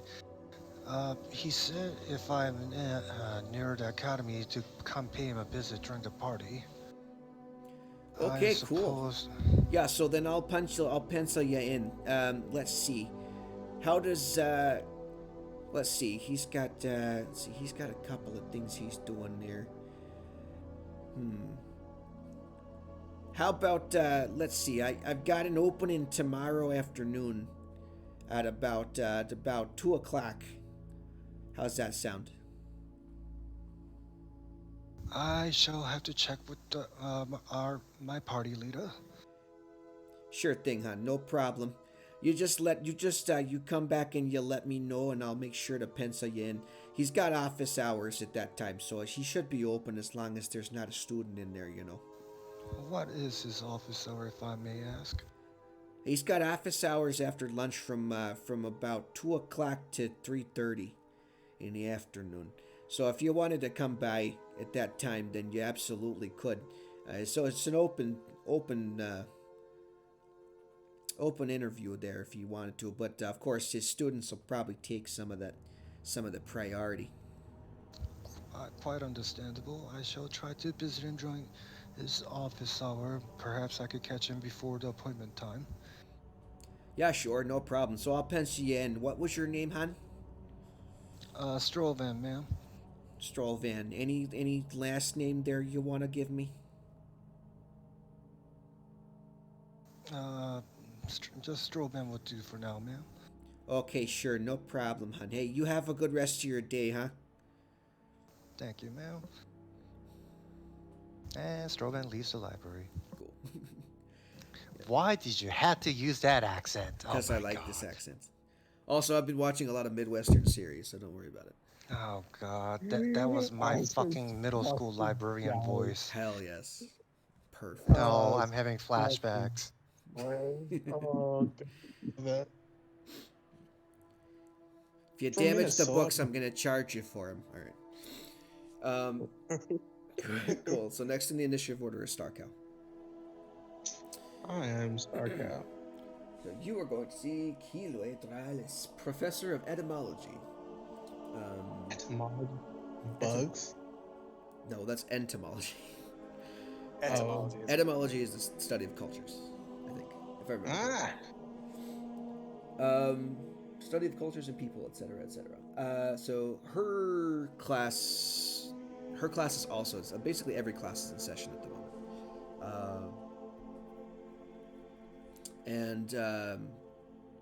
If you go to her lecture hall, she has the building itself is like all the windows are curtained. It's very dark on the inside, save for a few magical lanterns that are hung throughout the space to give it a little bit of light. But it's kind of creepy in here, to be honest. And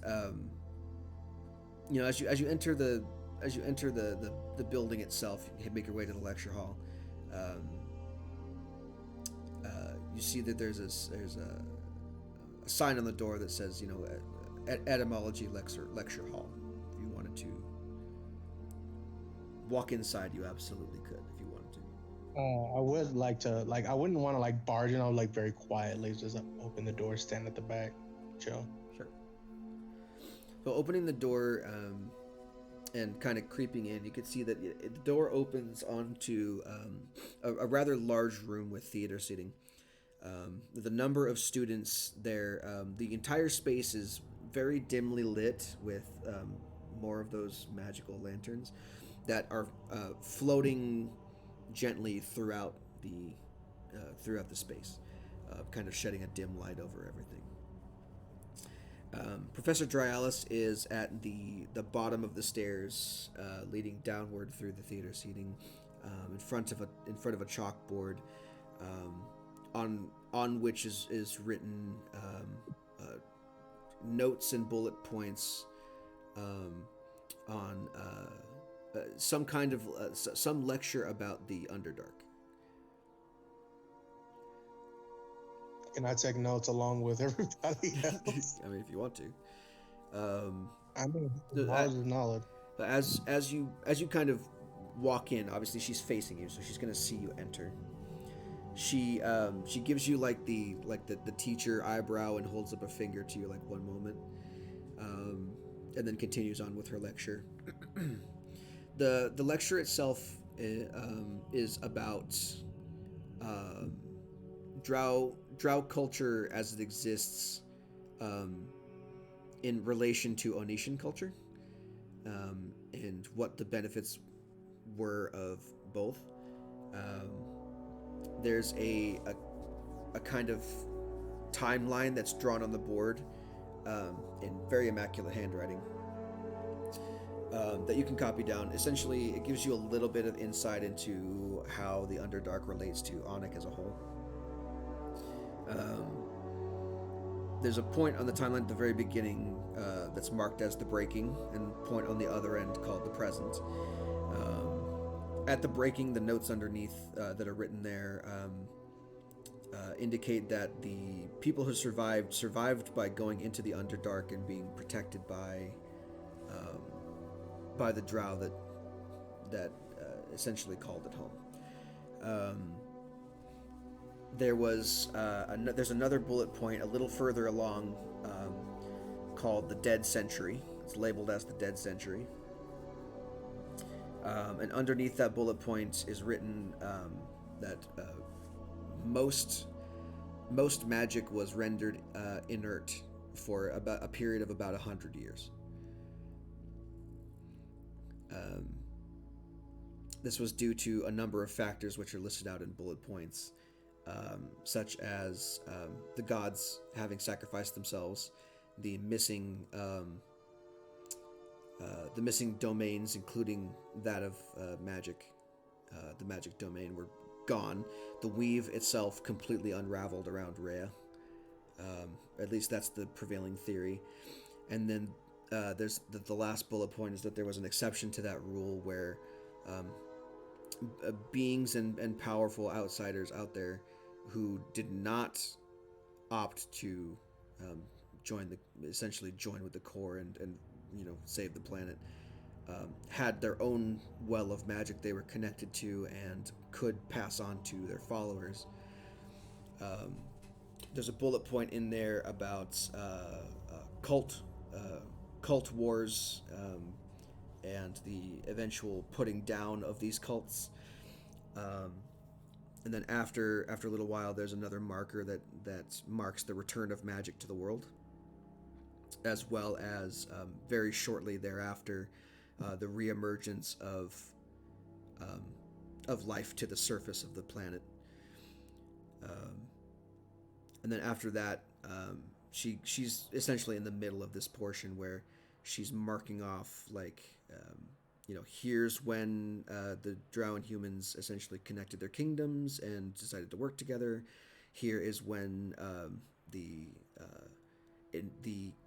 invention of the airship was that allowed colonization of the other continents. This is when Netria rebelled and fought for their independence, and that kind of thing. Like basically little bullet points after that. At the end of the lecture says, all right, so that's the first half of history for you. We will continue this lecture at another time. I'm going to end class a little bit early today. Make sure to take notes in your history books. There will be a test the following week. You are dismissed, and the gaggle of students that is in her classroom pack up their notes into their respective backpacks or satchels or whatever, and begin to file out.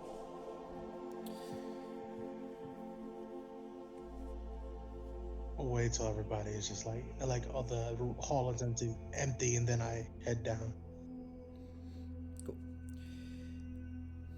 Well, it's very nice to meet you again. Tavanta, wasn't it? If I remember Yes, correctly. it is. Nice to meet you as well. Very well. Remy. To be honest, I wasn't expecting you to actually call on me. The offer is, of course, I will uphold it. Shall we go to my office? I would like to very much have a discussion with you. Absolutely. Lead the way. She gathers up her lecture notes and papers, puts them in her own satchel, and begins to climb the stairs. She leads you to an upstairs chamber, wherein she opens a door, and there are just bookshelves upon bookshelves lining the walls. There's a blackboard to one end of the room, and a small like coffee table with two ornately carved chairs off to one side. She says, "Please have a seat. Do you like tea?" I love tea. With a little bit of honey, if you don't mind. Ooh, very daring. All right. And she, as you take a seat, she raises her hands above her head, and in the space in front of her, a tea set appears, and she kind of grabs it out of the air, lays it on the table. Takes the teapot and pours you both a cup of tea. And then waves her hand again, and a small jar of honey with that little honey stick appears, and it places it on the table in front of you. So, I was very interested to hear about your profession. Although you did dodge my questions fairly, well, I wouldn't say deftly, but you attempted to dodge my questions. I felt it wasn't the right time to pry, seeing as we were at a celebratory function, but I still am curious. I don't buy the whole vision thing. What you're describing sounds a little bit far-fetched for my tastes, especially for one so dignified as yourself. The manners you Well, learned like- didn't come from visions. This was taught to you. I'm very curious as to your own personal story. Like I said, I don't remember much of where I came from. I mostly ran away. So I can't tell you much about the life over there, but what I said was true. He even like takes out the star map and like places it and spreads it out if he can. It's like this came to me in a vision, and I kept seeing it. That's another, what I assume, other astral bodies, stars, and the like. Were you able to witness the event last night? Or it would be, sorry, at this point it would be a couple nights ago. Were you able to experience the event that happened a couple days ago? Yes, it was both, I wouldn't want to say validating, but it was nice to confirm that beyond the clouds there, I wasn't just crazy, and there was these beautiful jewels in the sky. Oh, of course. And also the fact that there was a tree on the moon was kind of weird. Yes, I didn't think any of us were expecting that one. There were some who didn't even believe it existed before now, which, quite frankly, is ridiculous. There's plenty of documentation of the moon existing before this. I don't see why it would be any different now. So, what is your opinion on that then? It was an interesting find to see that there was essentially this small ecosystem. Do you believe that the legends of the escapees are true? Or have you heard of this before? I live, he just kind of like looks down and like looks up. I live by a very certain set like of rules for life. And it has been proven over and over again multiple times that anything is possible. And we saw definitely the impossible a couple nights ago. And so very well, if that greenery serves its purpose, then that means that it has a chance to have life on it has a chance to have life there. How long that life has been there, or if life attempted to go there and died out, I don't know, but it's possible. So, That is what I think. very well said. I myself believe that, well, I choose to be an optimist.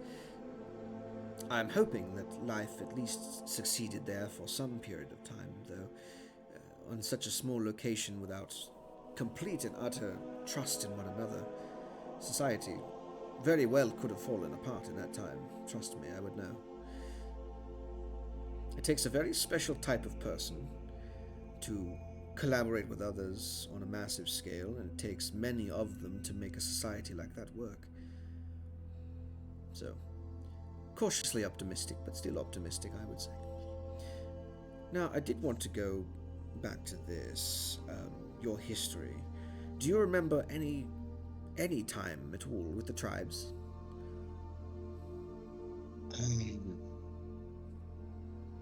The things I do remember were very, I don't want to say I remember specific, I remember feelings, if that makes it all sense.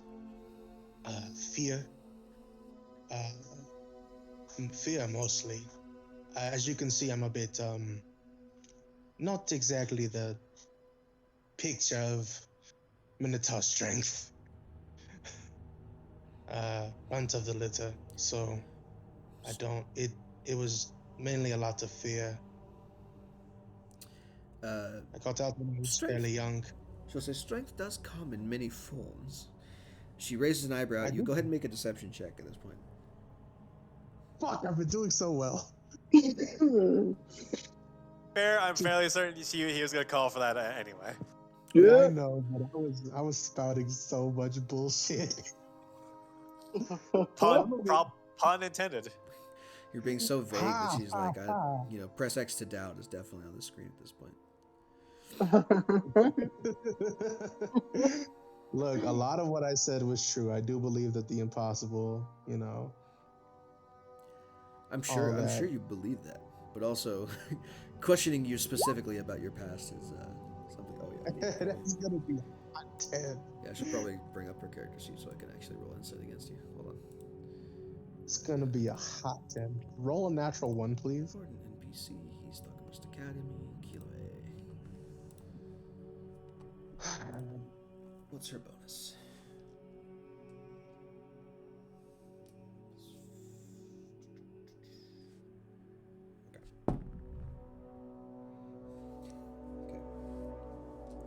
Looks like Tavanta is gonna be the one to reveal it next, guys. Woohoo! God damn. I'm not gonna try. I'm gonna avoid it as much as possible.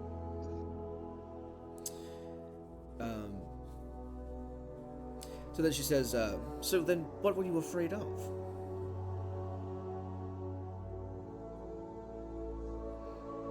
Do you have any picture of your fear? Perhaps a vision that is frightening to you in general? Does anything set off this fear?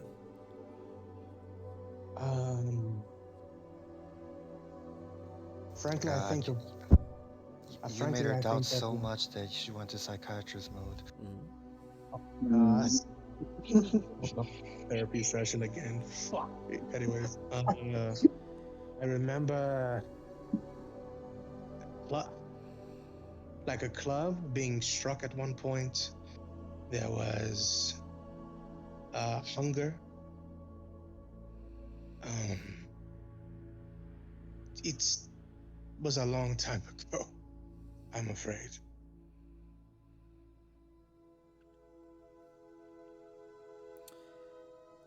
Well, alright then. I mean, not to dig up your past or anything. I don't mean to pry too hard, but I'm curious. Your upbringing seems to have been much different than those that are typical of your race. I can tell you about most of my life afterwards, mainly on the road until I found a small contingent of people, and we were nomadic. We traveled across, and we settled around near, I believe. We have a small encampment near Larishev. Near Larishev? Interesting. Go there for trading supplies, with just small things. Roll another deception check with disadvantage. Why disadvantage? It's partially true. Oh, I know. But something very specific that you said is triggering her curiosity boner here. Yeah, I don't like this. Change that phrase. How familiar is Tavanta with Drow anatomy? Drow anatomy? I don't know, Skylar, what you look like. All Drow are femboys. Alright, 14, cool. That's not horrible. It's not good. It's above average. It's interesting that you would mention Larishev, seeing as afterward you said you had traveled around with a nomadic group, yes? Before we traveled, we were fairly nomadic, and then we settled there. Yes, but the question is, why did you travel this far from your homeland?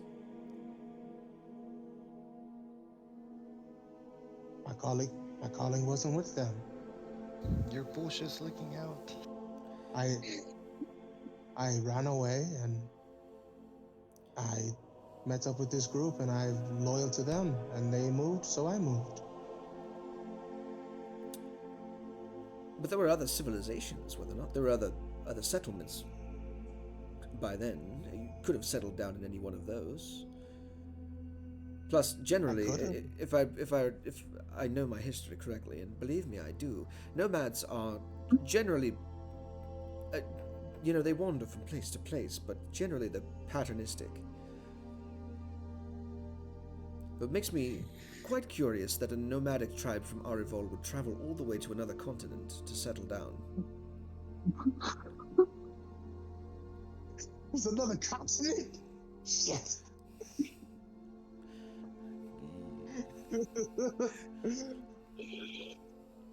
No, we were already aware of that because she had told us that the Metas were from another continent. We were already aware of this. No, I don't remember her saying they're from another fucking continent. You know that there Well, are other We were all continents. there. We know there are other continents. I didn't know that the Minotaurs were from another continent. I thought they were here on what is it, Cernan? Is Oh, that yeah. what we're called? Well, no. The continent is Onick, as well as the capital Onick. city. Yeah, the whole Right. continent is Onick, Kingdom of Onick.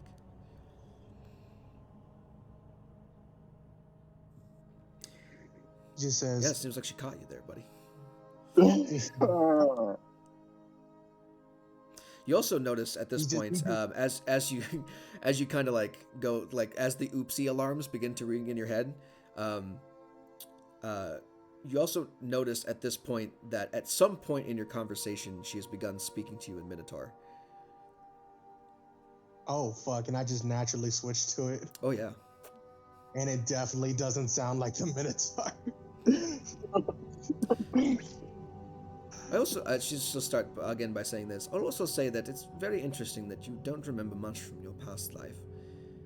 And you were only with your tribe for a very short amount of time, according to yourself, but yet you know their language so fluently. Although with an accent and a dialect that I've never experienced myself. Now do you see why Chance told you to be fucking careful around this woman? Abort! Abort! Abort! Tavanta, who's very much an old man, old dad, just like, you know, Chance did say that you were tricky. Oh, did he now? Well, it appears that you and your group are also very tricky. Can't quite get a bead on you, but you're definitely not telling me the truth here, Mr. Devanta. Also don't appreciate being lied to.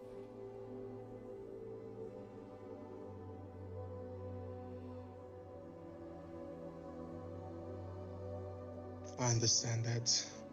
I hope you will understand that there are very important reasons why one would lie. Very well. But the courteous way to do this is perhaps not wasting my time. You've piqued my curiosity, but without truth, we're just talking in circles here. I suppose. Of course, I was also hoping to ask about work, but I fear that that opportunity may be maybe out the window now.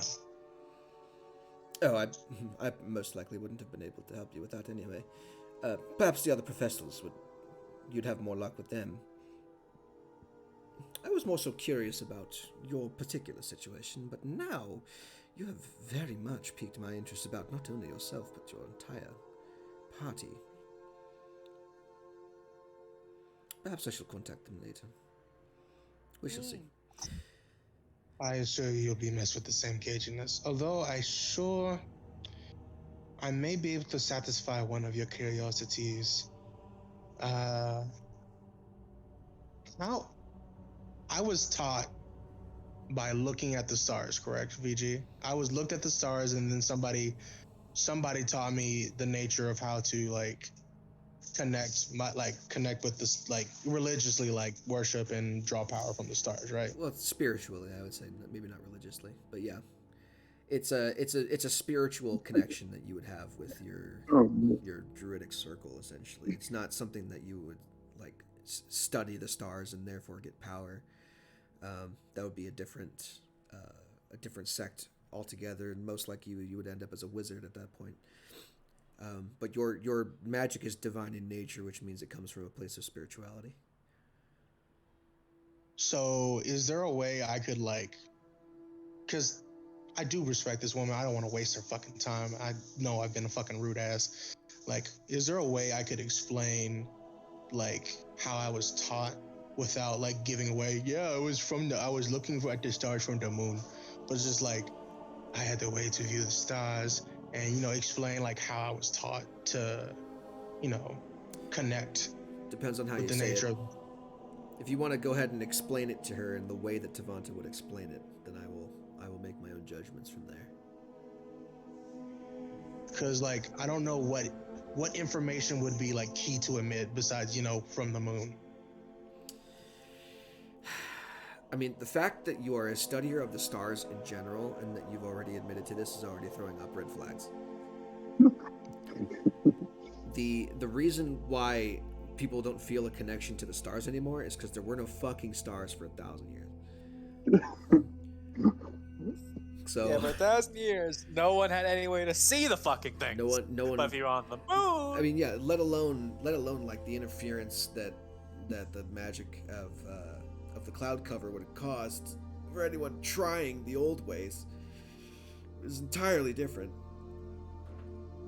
It's an entirely different story. So the fact that you are a star druid in a circle that doesn't exist anymore, an extinct practice that knows about the stars enough to draw a star map, that also has a connection to them in enough ways to grant you magical prowess is very telling. Either you figured out some grand magical secret that has eluded the greatest mages of all time for the last 1,000 years, for they have not been able to detect or figure out until now. which at that point that probably mark you as one of the most powerful magic users. Oh yeah, yeah. or you're from the moon. So, or you're from a place where you can see the stars, and this planet is not one of those places. Okay, so Now, what was that about not having this happen again? By the way, so in the nature of trying to keep good relations, because I do generally want to talk with you in more detail about the history of the history of star druids and how it's extincted. If there's any information here at all about that, I would like to know about it. And I would also I don't know if you would I remember at the event you were mentioning that you may have work or your colleagues may have work, so I want to continue a good relation with that. Unfortunately, I can't reveal to you how, but I had there was a way for me to study the stars, and someone and my teacher, who I'll just say the general name of because it's a random name, they're not gonna fucking know anything about that shit. I threw it, told me how to spiritually connect with what I saw. And that is how I gained my power. Through practice and... I thought it was a stupid name for your teacher, don't worry about it. Can I hear it? No. Because he was a Minotaur, so I was going to call him Horny Jim or something. Horny Jim, the Minotaur Star Druid. No. His name's Wellington. Horny Wellington? Beef Wellington. Oh, yes, of course. Beef Sir Beef Wellington III. Every single one. But yeah, I'll explain like a little bit of my training and how I won't like have this be a completely useless fucking conversation, basically. Well, I understand it as much that you are defensive, and I understand, of course, that I have not exactly earned your trust so far. Perhaps maybe at a later date, if I have, as we continue our working relationship, I would pick your brain about that a little bit more. You are an enigma, Mr. Devonta. And an enigma is something that I just cannot stand. Not for very long. Things. Such is the nature of an academic. I suppose. Well, I am. This conversation did not take the turn that you wanted, but I will take your offer of if our work relationship continues to grow, then so does our knowledge of each other, let's say. Well, do you know what I studied here, Mr. Devonta? It looked as if history and cultures. Yes. I am a studier and also a witness to many historical events throughout history, and the rise and fall of several different groups of people and kingdoms themselves. Settlements and wars have come and go as I've lived for many, many years upon this planet. What I can assure you, though, and what I can avail you of, is that I am a researcher through and through. I have no want or need for political gains, nor do I have any political connections apart from those in this university. I can assure you that whatever secrets you would wish to say to me, I can swear under a magical oath that they will not be spilled to others that you do not wish. Though I can provide that at the very least. I am prepared to go that far. I can also say that my general working, my general work requires research mostly. It's less field work for me. Those days are long behind me. But my colleagues, on the other hand, are cantankerous, and they often leave the grounds on expeditions or field work when necessary. I believe, if I'm not mistaken, there was a few requests that came through to Professor Tallerstein and Professor Berghest. Perhaps you could start with them. I'm sure any odd writings or rubbings will be given to me anyway, so I'll be involved no matter what, but as I understand it, they're the ones who are going out to the field rather soon, in fact. Well, your words did not fall on deaf ears. And of course, you don't trust me, I don't trust you right now. But definitely I would be interested in an exchange of information. A quid pro quo, once we are more established, and once I trust you a bit more, if that makes sense. And I hope you understand. Sounds like a fair deal to me. Now, in the interest of extending an olive branch, I will also write of my interest of you to the other professors, and perhaps perhaps that will help sway them in your convincing to add yourselves to this excursion they're planning. Wonderful. I will say that I am not against revealing information. It's just people have things they wish to protect, yes? Oh, of course. I would call you a fool if you were a blabbermouth, to be honest. And once again, I do apologize for the fuss. It's fine. People have a right to be cagey about certain things. It's not the first time I've had to pry things out of someone. Yeah, I also wanted to mention, just briefly, first of all, before I make a fool of myself, did mention that you specifically told Tavanta that she stole your name, right? No. Hunter? I don't think anyone knows anything about that yet. No. Chance knows she did something, and suddenly he couldn't fucking. He pretty much had to say things he didn't really want to say. Chance knows that he was compelled to say things. He doesn't know about the nature of onomancy. Yeah. Or at least he I don't know about didn't get the clue that was what was happening. All I know is that she made me say a thing that when I tried to say my name that certainly wasn't my name, and then afterwards I just couldn't. I was compelled to speak more. I wanted to ask you, because, of course, Chance did say you were tricky. What did you pull out of him? Oh, I only asked him for his name. I see. Thank you very much for your time, and I hope very desperately that we get to see each other again. I do enjoy just a nice conversation and some tea, actually. It's very rare nowadays that I get to settle down and do this. Well, the feeling is mutual. as I said, you've piqued my curiosity. If I have need for you in the future, I shall contact you. I believe Of course. now that we are more familiar, I can reach you when I need to. Of course, absolutely.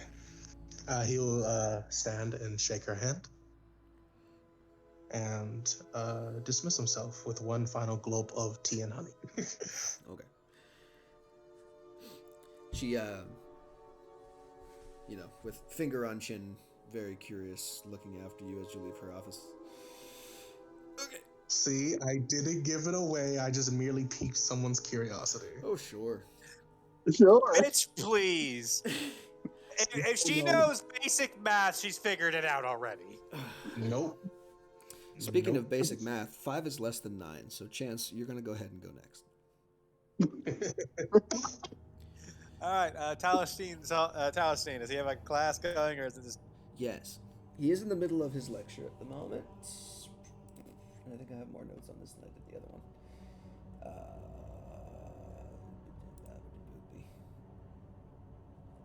No, that's the wrong one. Go over here. There we go. Sounds good. Okay. Oh, good. I actually wrote dialogue for this one. Cool. Yeah. So, if you make your way to Professor Talestine's hall, let me see if I can find what was his fucking thing. He is Professor of Preservation.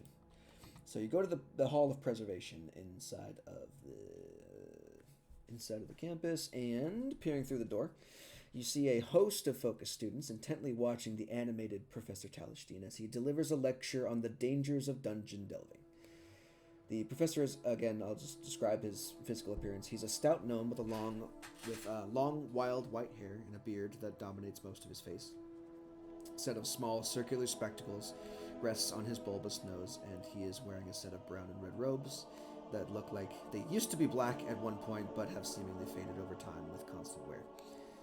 In the middle of explaining everything about the different kinds of traps one may encounter in a drow tomb versus a pre-breaking wood elf sanctuary, a loud chime rings through the air, cutting him off. We will end the lesson here for today, class. Remember to read through page 154 in your tomes before our excursion into the underroads. Safety is the most important concern, so you'll want to be as prepared as possible for any potential dangers we may encounter.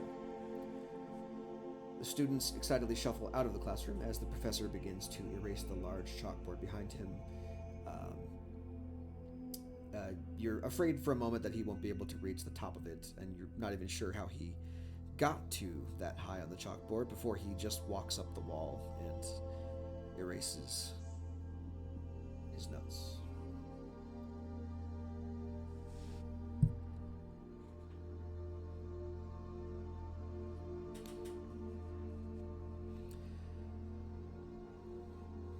So, as the students file past you, and you enter the room.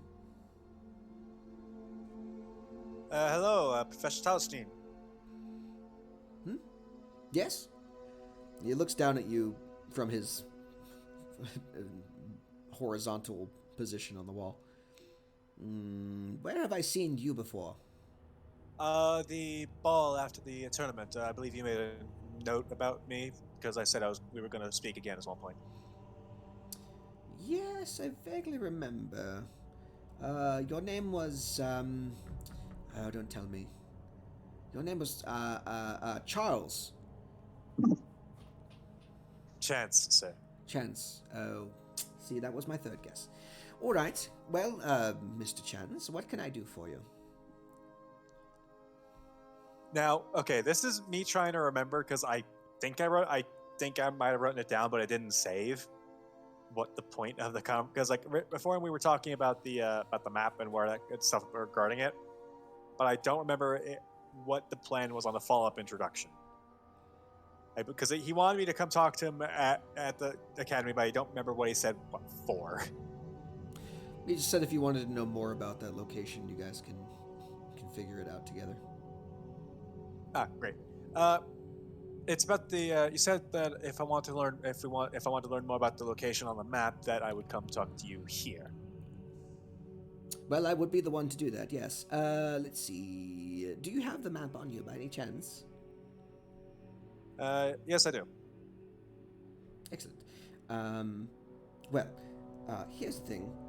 I have a lot of things on my plate right now. I would be willing to look over your map, but I require something in return. All right, what do you need? Well, usually it's monetary compensation, but if you're willing to work for it, I've got a little excursion you might be able to help me out with. I'd be fine. I'd be fine working for it. Excellent. Well, I remember being fairly impressed with your abilities, though I don't remember exactly what they were. But regardless, we have a little bit of a field trip planned for my class in the coming days. We're planning on venturing to a newly uncovered pre-breaking tomb site. Or maybe not a tomb site, I don't know, some kind of ruin. And, well, let's just say my normal security retinue has deigned to stop working with me. So I'm going to need a little bit of security on this little run. As you can see, we've been reviewing the trap triggers and different types as of this class for a reason. These pre-breaking structures, especially certain types of them, tend to be riddled with danger that I don't want to put my students through. So essentially, I need bodies. If you're willing to put yourself in harm's way for academic purposes, of course, then I would be willing to scratch your back in return. Oh, I'm more than willing to take risks for the sake of intellectual pursuits. Excellent. That's exactly what I wanted to hear. Cool. So, let's see. The field trip is in 3 days' time. Planning on going over the weekend, while the students go ahead and catalog anything that they find. Hopefully, speaking, we can perhaps excavate some fun, interesting items. And in the meantime, you will be required to keep us safe from anything that may or may not pop up. Are you familiar with pre-breaking traps and or triggers? That's a good question, VG. Am I? No. No, but I make a very quick study. Well, I do have someone then that you could borrow this from. I'm sorry that I erased the board. I believe his dorm room is in this general vicinity. You want to go speak to... fuck, what was his name? Damn it, I have to go look at my notes.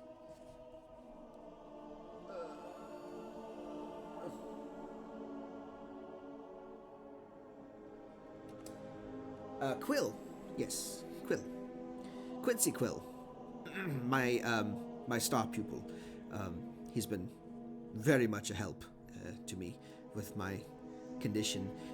But he is very useful as well. Takes very good notes. He's generally speaking a resource for the other students in case class is a little bit more disheveled than normal. I would seek him out. Perhaps, I believe that our dorms are down the hill on a certain street. On Geddes Row. Geddes Row, yes. Seek out his dorm on Geddes Row, talk to him, get his notes, explain that I'm sponsoring you as security, and he'll be more than willing to help you out with the details. I'm going to need you to roll it back. Because Discord is actually the bed for me immediately after you said condition. Oh, yes, condition. Yes, Mr. Quill was very instrumental in helping my class with that. His dorm room is on Geddes Row. If you want to visit him, gather his notes, and just explain that I'm sponsoring you and your group as security for this endeavor. All right.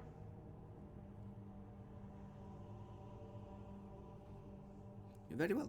Anything else that I can help you with before I erase my notes further? Oh,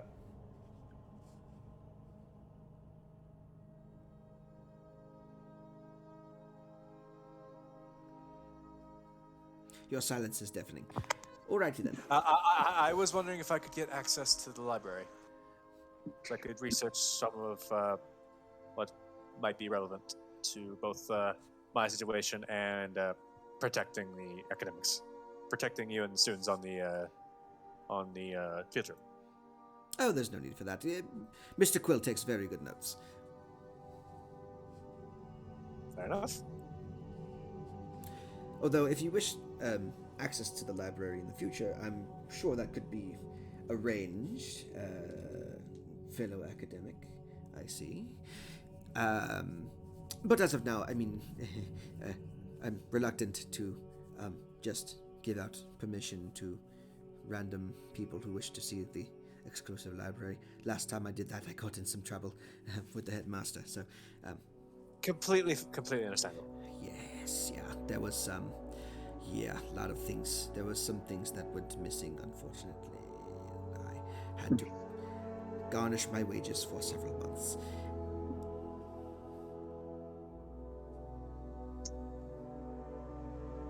Well, you have a good day, Professor. I will go seek out Mr. Quill. Excellent. Goodbye, Chauncey.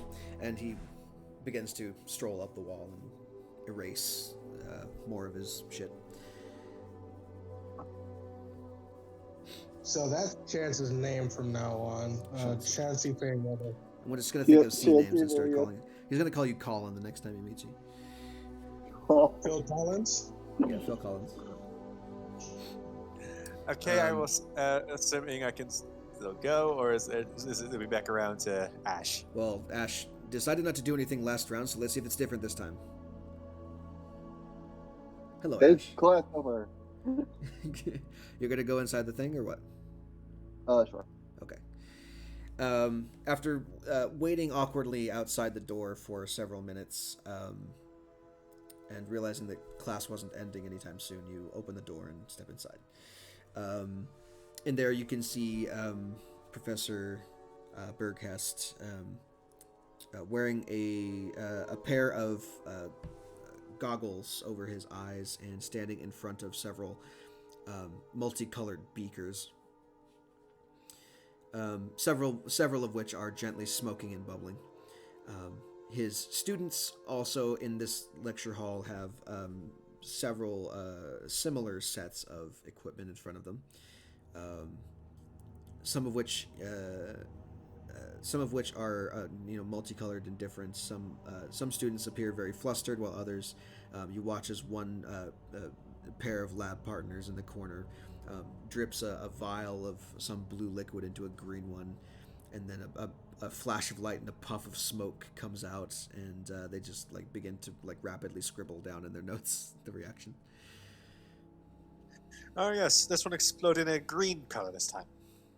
Yes. Reaction not as expected.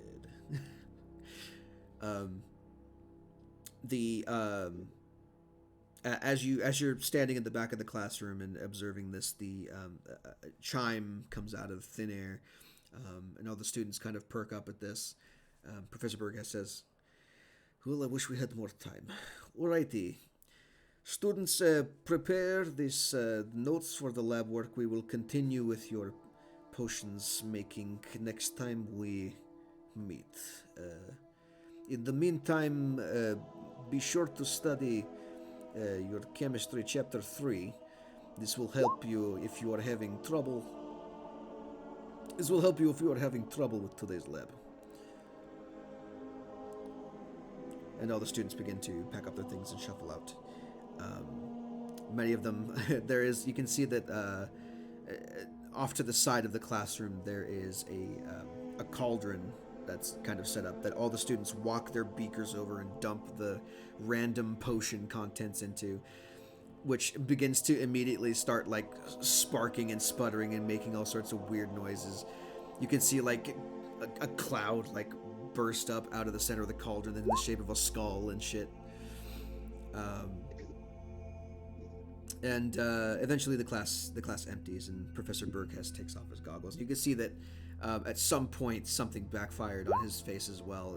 You can see that there's definitely an outline of like clearer skin around his eyes, and there's a different color around the rest of his face, denoting that at some point he was covered in soot or potion backfire.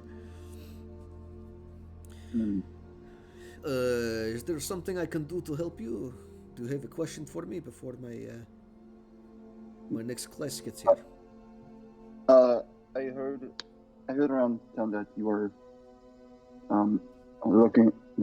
looking for people for a job. Well, the Professor Tellerstein and I are interested in hiring some security for an excursion he's going on soon. I can see you're not wearing the colors or robes of our academy, so I'm assuming that this is why you came to me, to sign on to this? Yes. Okay, very well. Is it just yourself, or are you representative of a larger group? I am part of another group. I am part of a group, yes. Okay. Is there a name to this group, or should I just call you by name? Getting Lord Chan's late party. No! No. No! As far as I know, we don't have a name yet, but... Call yourselves I'm the just- Gangbangers. Oh, no. The Bang Bros. You'll be the Bang Bros. No! Because you wanna know what the biggest problem with that statement is? There's one girl in the party, and she doesn't swing that way, as far as I'm aware. Oh no. Now all you need is a van. Oh wait, you do have a van. You have a wagon. I'm down for this day. Let's go. Oh god. I'm not. We're not doing this. No. We'll somehow get so demonetized, VG will start having to pay YouTube money to have the VODs. Nobody's watching this shit anyway except us. Nobody gives a shit about I that know, shit. that's what I'm saying. So demonetized, the circus background to VG have to pay them. Oh boy. People have talked porn on YouTube. It's not a problem. Okay. How's it going? May I suggest a name, sir? Well, you're not Are you here, here? so later. Oh, Are you here? never mind. You Yeah, could no, be I'll- if you wanted to. I don't care. Like, we had all kind of split off, and and you went to the library and then got told to fuck off. Yeah, so Yeah. I mean, until the lunchtime, office hour, I probably would come and found you. Sure. Well, I'm You just heading wandered to the around the dorms buildings, trying I to guess. talk to somebody. You just wander around the buildings and see Ash like leaning on a wall, looking bored as fuck at one point. You both can enter together. I don't care about that. We can retcon it. Okay. Okay, in that case, my question stands. May I suggest a name, sir? Sure, you've definitely been in the group longer than me, so sure. How about Explorers? Ah, yes, because that's a name. That's not just a fucking verb. Descriptive term. But it is vague enough, sir. Wait. You are the explorers. Okay. Nope. Yes. Savanta does not approve. Yeah, I want you to realize once this circus back to us, we're just gonna look at Strovan. We're just gonna look at you like you've grown a second head, Strovan. This is fine. This is simple and to the point. I dig it. Alrighty. So you are the explorers, quote unquote, and you are here to provide security. What is your qualifications for such security? Ash, like, I can hear things real good. Yeah. I can. Sorry. Maybe the party done this as a group instead of. I just learned how to I fuck the am- job with. I do have some training as an archivist, as well as I am decent and know how to protect myself with a rapier if I must. Also know how to use a rapier and also protect other people and myself. So general defensive capability and some sword play. Okay, interesting. Any of you have experience with ruins and traps of any kind? Have you done enough exploring, perhaps, to find these kind of things? I know how to disarm certain traps, yes. Okay, and what is the mortality rate of your group? Ah! What the hell, man? Ow! Oh! Oh no! That one hits a little close there. Oh no! Straightforward and to the point, man. Yeah. Oh, we lost 2 motherfuckers! I mean, to be fair, that's not a very high mortality rate because they were very far apart. For a group of like 4, that's a high mortality. 40%, sir. 40%. And that's like with 40%, and you still have group together. Well, I admire your tenacity. Well, everyone else will not work with us, so I suppose this will have to do. What is your going rate? Look at Chance. I'm not here. neither of us are here. You 2 are doing this on your own. Wait. They're talking to Keep the in mind, I want you to realize. You are negotiating for an agreement that's already been made. They Yeah, don't but know here's that. Hey, they don't know that. I know. I'm just saying that for your benefit here. Literally, 3 of us kind of did the same thing in different ways. Chance was the most direct. No, I'm sorry. Ash was the most direct about it. And I was heading to ask the same thing. Sorry. Okay. Do you guys have a going rate? How much do I pay Jordan? you for the contract? What is the standard practice for contract for security on expeditions? I must admit I'm not too new to this mercenary work, sir. Most of my life I have been working in the library, so I could not tell you what the going rate is, sir. Well, you come to it for work and you need no-name price. Okay, very well. Okay, interesting people. Alrighty, so here we go. This is why we talk about these kind of things. How many individuals in your group total? We have Sir Chance, Savante, Ash, myself, as Sir Chance has a familiar. So, pardon me, Eidolon. Eidolons do not count for person. In that Eidolons case, are four, magical sir. construct. They no count as contracted person. So 4 people then, okay. So 4 people, generally speaking, defensive contract. I will draw up these plans and come back to you later. Please hang out in main plaza. Have some lunch at cafeteria. Just tell them Professor Burke has sent you. They will serve you something. I will meet you there when we have drawn up contract. Yes.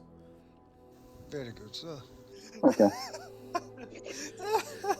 Alrighty, very well. I still can't get rid of the fact that you sound straight out of fucking out of the Castlevania show.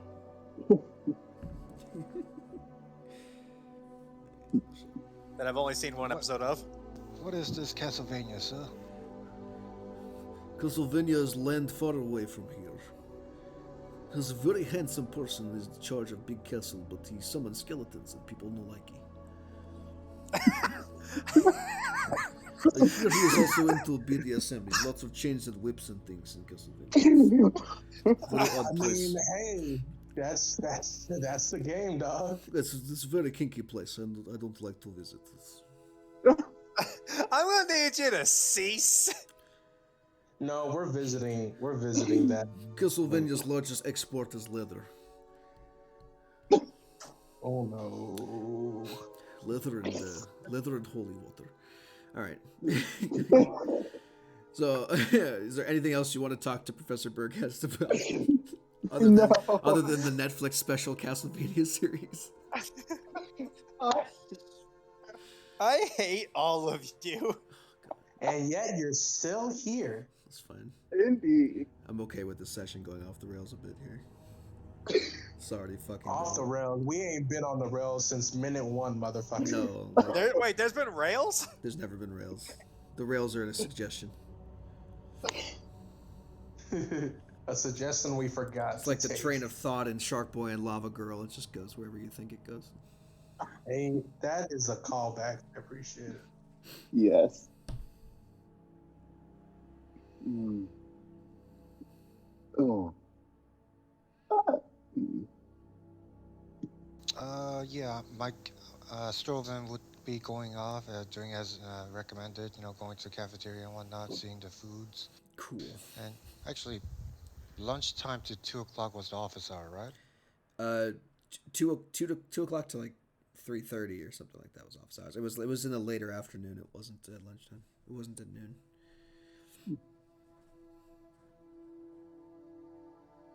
And, yeah, I'll go have lunch, I guess. Oh, Check out the cafeteria.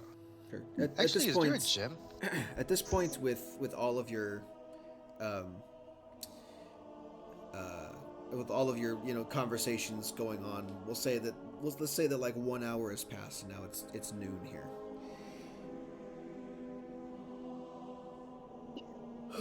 There's no, Okay. not that you know of. I don't know. You could ask somebody. I'd probably not. So, no gym? This is a place full of nerds, dude. Like, they ain't no gym around here. What are you talking about? I thought I would ask. Yeah, Harry Potter didn't have a gym. That's why all the motherfuckers were noodle ass bitches. They had a Quidditch field. That was about it. But What does Quidditch work out? there's no Quidditch in this universe. No, I think he's asking like what kind of exercise is Quidditch? Oh. Yeah, Thigh grip strength? That's Oh, you God. can't tell underneath the robes, but everyone in Harry Potter has massively toned thighs. So basically, anybody in the Harry Potter who's played Quidditch would be a great stripper. Oh yeah, or they'd be really good at squashing watermelons or something. Yeah. Probably some decent core strength to keep your balance on a broomstick. Great pull. Can we stop now? No, No. not until we talk about Harry Potter pole down. All right, so if there's nothing else that anyone wanted to say to Berghest, then let's convene everybody at the center of the plaza after visiting the cafeteria. If those of you who want to go there can. Yeah, sure, why not? I got Sure. nothing better to do. Why not? It's really weird. It's like if you were a high schooler and you went to the elementary school for lunch. It's kind of odd because there's, students here having their midday meal and talking, conversing, studying, etc., etc. Well, we're all grown ass adults except for Ash. Hi. Like Ash fits in remarkably well, although the rest of you not as much. We get a little awkwardly to ourselves. Oh God, it's like high school all over again. Yeah, the majority of people in this institution are fairly young, as in high school, Devin, senior, don't make me college fucking freshman. block you. All right. High school, senior, college freshman, typical age. You can see there's a number of them that are studying by themselves. Some of them are performing minor magic to themselves in the corner, stuff that's not super invasive, let's say. You get the sense that giant explosions generally not something that one should do in the middle of the food hall. People are here mainly to eat and study, or hang out with their friends or whatever. There is the lunch lady. The lunch lady is a pretty large ogre woman with a hairnet, who hands you a plate and says, Alright, what do you want?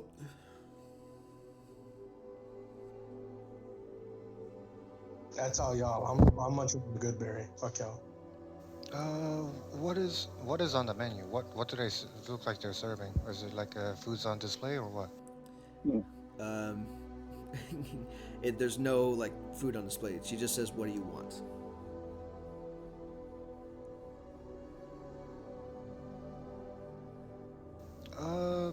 Some salad would be nice.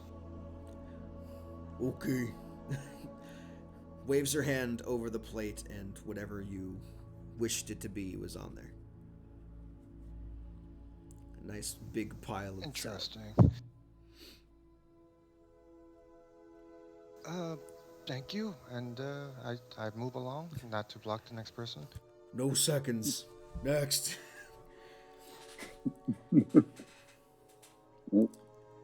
She'll do the same for the rest of you. Name your meal, and it will be delivered. Yeah. You guys can eat and convene and meet up with each other after having talked to the professors and staff.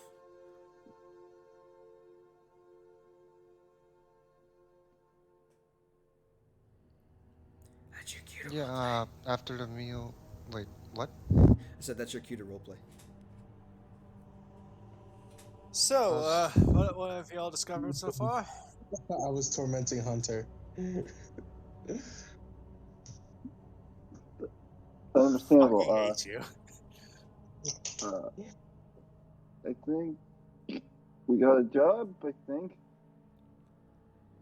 Yes, to meet with the gnomish professor to talk about the job, which I believe you were heading to anyways. Chance, did you happen to talk about the job at all? Yes, got it, and it's already been sorted. They'll probably still be paid for it, but I'm doing it to get assistance in my personal matters. Great. So we have a job. What did you uncover, Ashton Strovan? I Sorry. Go ahead. no. You go ahead. Somebody go ahead. Fuck. I have found the academy has a strict unless policy, no access to library unless you're a student. Or you get rid of permission, as I learned. Yes, or get rid of permission. I have my conversation with the professor did lend itself to where I have favor with some of the other professors, so we may be able to swing a library card your way. I have found that the gnomish professor's hour is between 2 to wait, what time was it? 2 to something? Yeah. But she said tomorrow from 2 to whatever. Oh.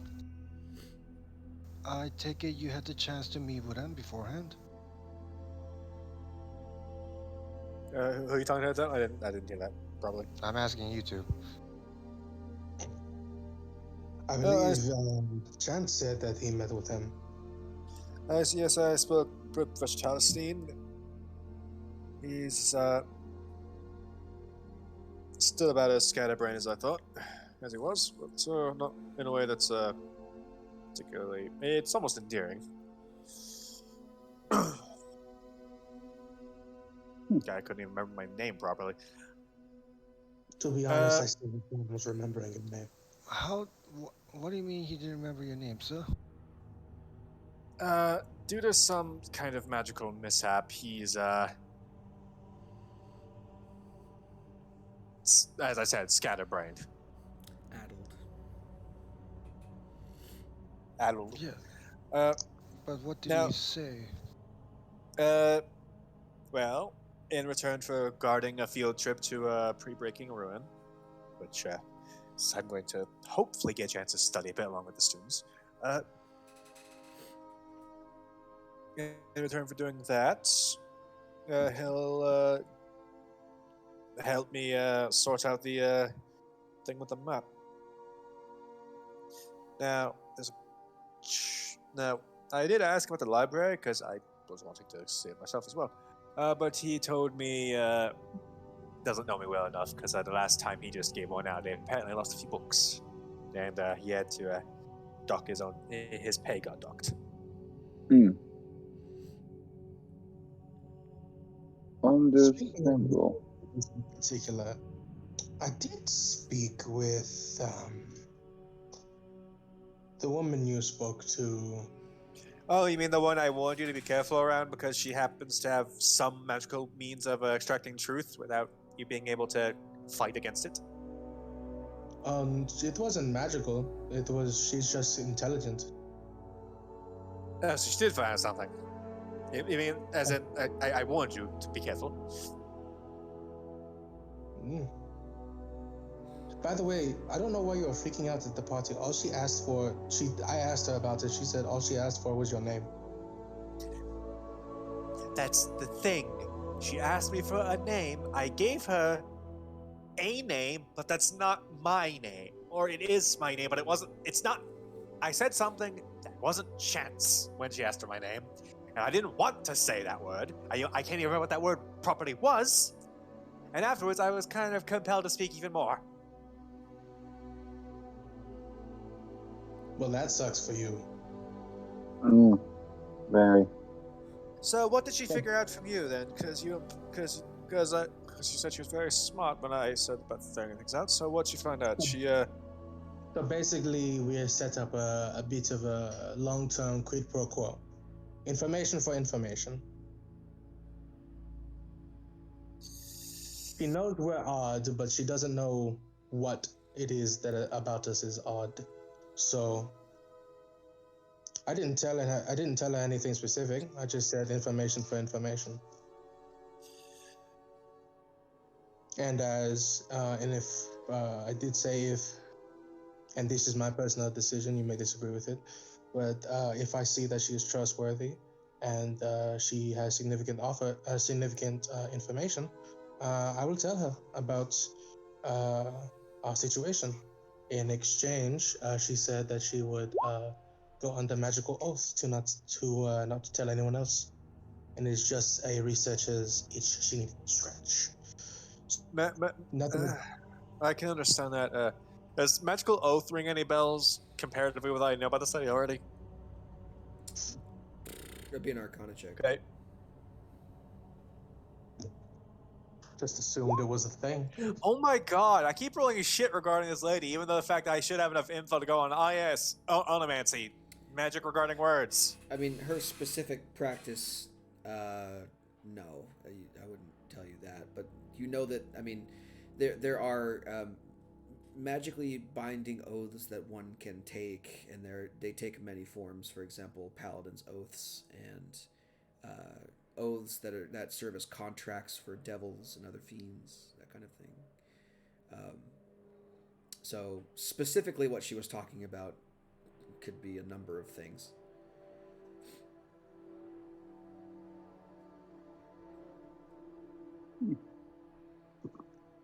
Okay. Could be a ritual, could be a spell, could be fucking she's a demon, you don't know. Could be anything. No idea. Well, I certainly know that once I get access to the library, I'm gonna try and figure out what the hell magic is at her beck and call.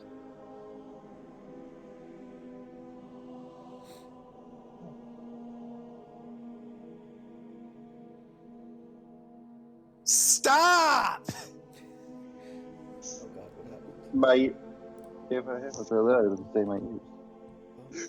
I'm sorry, what did you say, Chance? I was busy doing something. Oh my god. That's supposed to count. My curiosity. No, it's not what Star Cow's done. It's what Devin's done and what Devin is continuing to do. Stop! I'm done. I just had to get that out of my system. Son of a bitch! It's kind of a little funny. Anyway, I'm sorry. Roleplay, continue. I did register us under a party name like Explorer, sir. I felt it was vague enough. I'm sorry, you did what? You did what? And you picked that name, of all things. Because it was very vague, sir. You It's named also, it. Also, you know, who was is- with you when you named it? I was. Don't you think you should have, I don't know, the full party? That should be a full party discussion, not just whatever the fuck comes to mind kind of thing. 3 of you went to go broker deals at the same time, so. I didn't go to broker deals. I just went to follow up on a thing regarding something else. It just turned into a deal later on. Of course. Same with Devonta, honestly. You don't hear broker to deal from where it goes. These two fucks. Speaking of deals, by the way, at this point, as you learn this information, Professor Berghast walks up to your table. Oh, good. The rest of the explorers are here. Okay, cool. So here is contract I drew up in short time we had apart there. It's a pretty standard contract for pricing. Payment will be 200 gold per person, provided that no incidental is incurred here. So a death of any student, maiming, breaking of any important artifacts,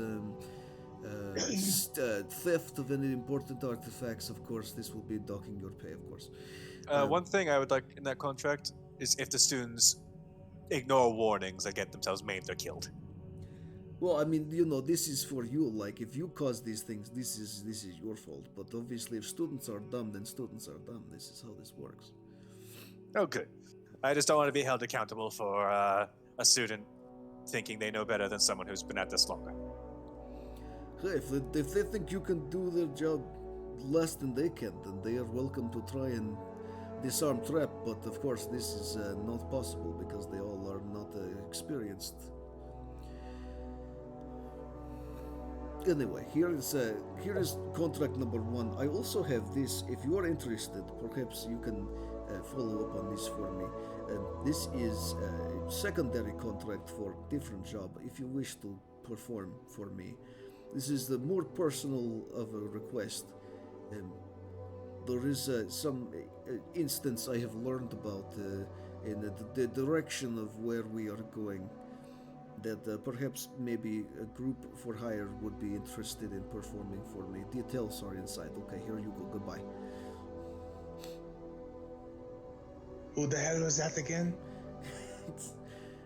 I assume that was the professor you two talked to. Yes. Yes. And contract, you organized the contract without the you. He organized the contract because none of y'all could come up with anything. Oh no! Okay. The way it was printed, it looked like they just like up and made a name for us and designed a contract without the other 2 party members. In fact, the longest and oldest of the party members. They gave him a name, which is also on the paper. It's like the contract reads essentially like this contract is a legally binding document wherein the two entities, the proprietor and then in quotations Thaugravist Academy, and the client, which in quotations is the explorers, will enter into a contract of security wherein the client, quote unquote, the explorers, will protect and defend the proprietor, quote unquote, Thaugravist Academy from danger as they go on an expedition to blah blah blah. And there's details there. Essentially, the details are they found a ruin. They think it's going to be dangerous because it appears to be pre-breaking, but it's a good opportunity for the students to go and get their feet wet in a more practical setting. So, that being the case, there's a excursion planned into the Underdark that's going to take about a week. About a week to get there and a week to get back, and however long it takes for the student's project to be done. So call it like, call it like 18 days or whatever. And during that time, they need protection from any random magical bullshit that happens. And they're going to pay you 200 gold per person on completion of the job. The second contract is much the same thing, except the details of this are different. So the first one is protection for students. The second one is, hey, here's the details of some other shit. So apparently there's a problem with a drow tomb. that has a lot of like drow coming back to life and being controlled by a specific type of fungus that is of interest to Professor Berghest. He wants you as a group, if you're willing to go and take care of the problem, but also collect as much of the moss, the plant life, as you can without being caught. It's kind of a clandestine thing. It specifically lays out in the contract that discussion of the plant life is not to be had between anyone except for the involved parties that are in the contract. And revealing the collection of this plant life is subject to complete forfeiture of the contract's worth. Which, by the way, hold on, I think I wrote this down somewhere. Where did he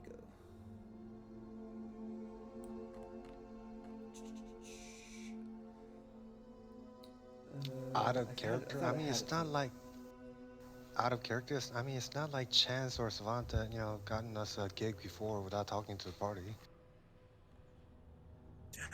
We've always, when we had a prospective gig, we would come back and then discuss whether or not we were going to take it with everybody else.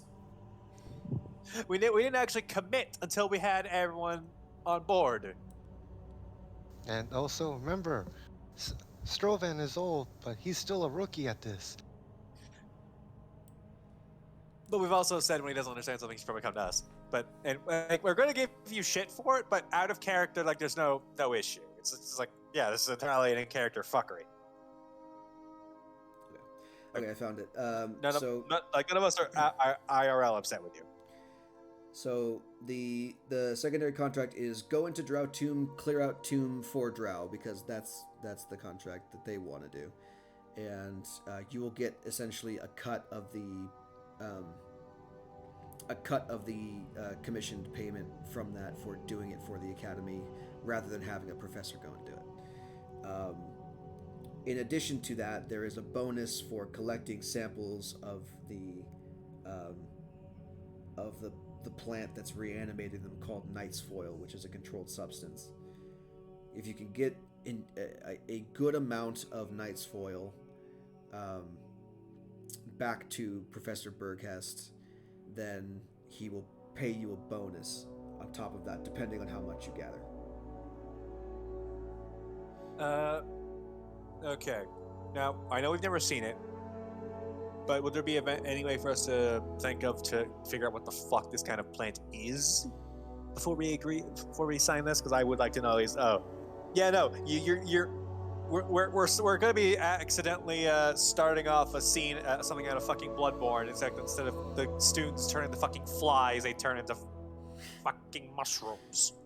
Well, these are in two different locations. This is not at the same location. The one location. No. The other If, one is the thing. I mean, like, if we come back, give the guy the mold, and we come back to the academy, like, in a couple months, everyone's fucking mushroomified. You can make me. Does anyone have proficiency in alchemist tools? I do. If you have proficiency in alchemist tools, you can either make me an intelligence check with your alchemist tools proficiency, or if you don't have that and you still want to make a check, you can make me a nature check. One of the two. I have nature. And I have alchemist tools. I'll make it. Jesus! What are my 11. rolls? I haven't rolled any. Oh.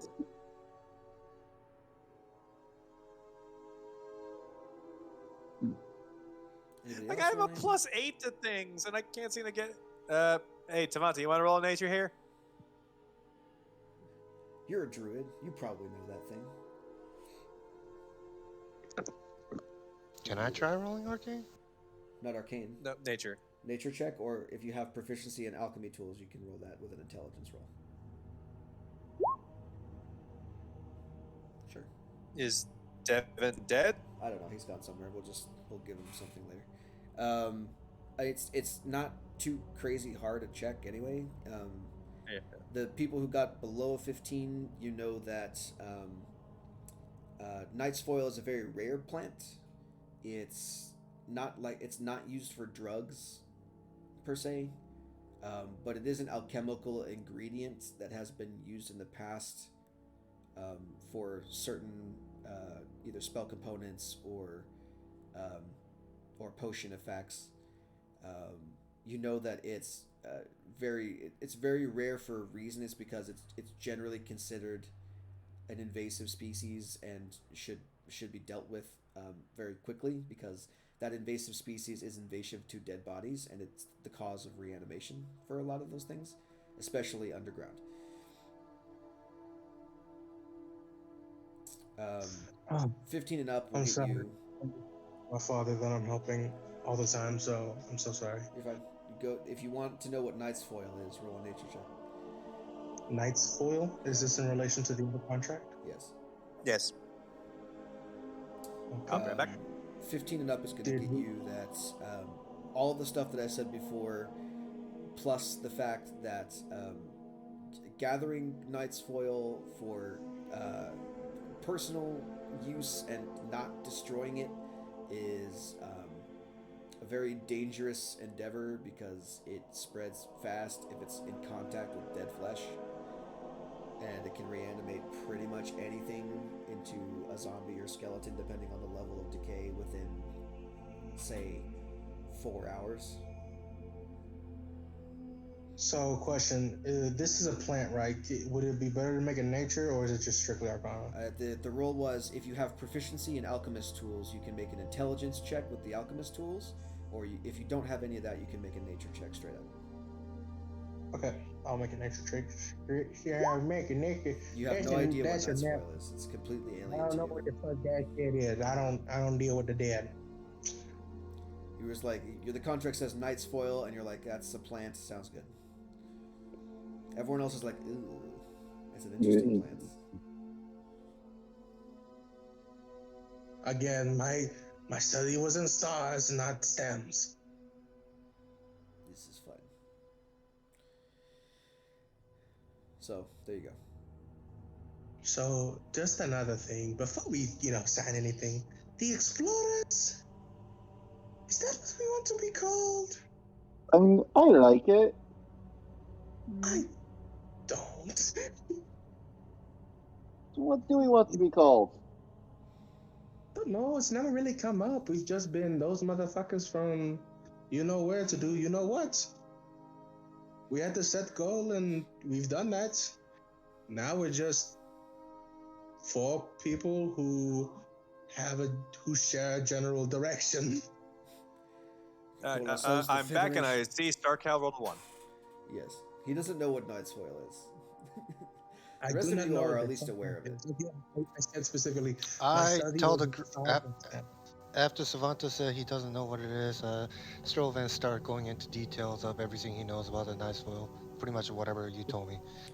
The Savanta mechanics does of not. Knight's foil are, it can be used as potion reagents. It can also be used as spell components in certain cases. And on top of that, it can also the natural cause of Knight's foil is generally a spore of it or a seed or whatever gets into contact with dead flesh and reanimates it. Typically, after 4 hours, a corpse that's been exposed to Knight's foil will reanimate and attempt to spread it to other dead bodies and sometimes alive ones that they then make dead.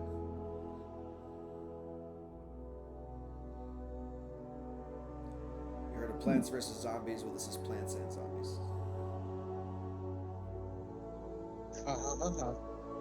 Clickers. Yeah, I was about to say it's clickers from that one game.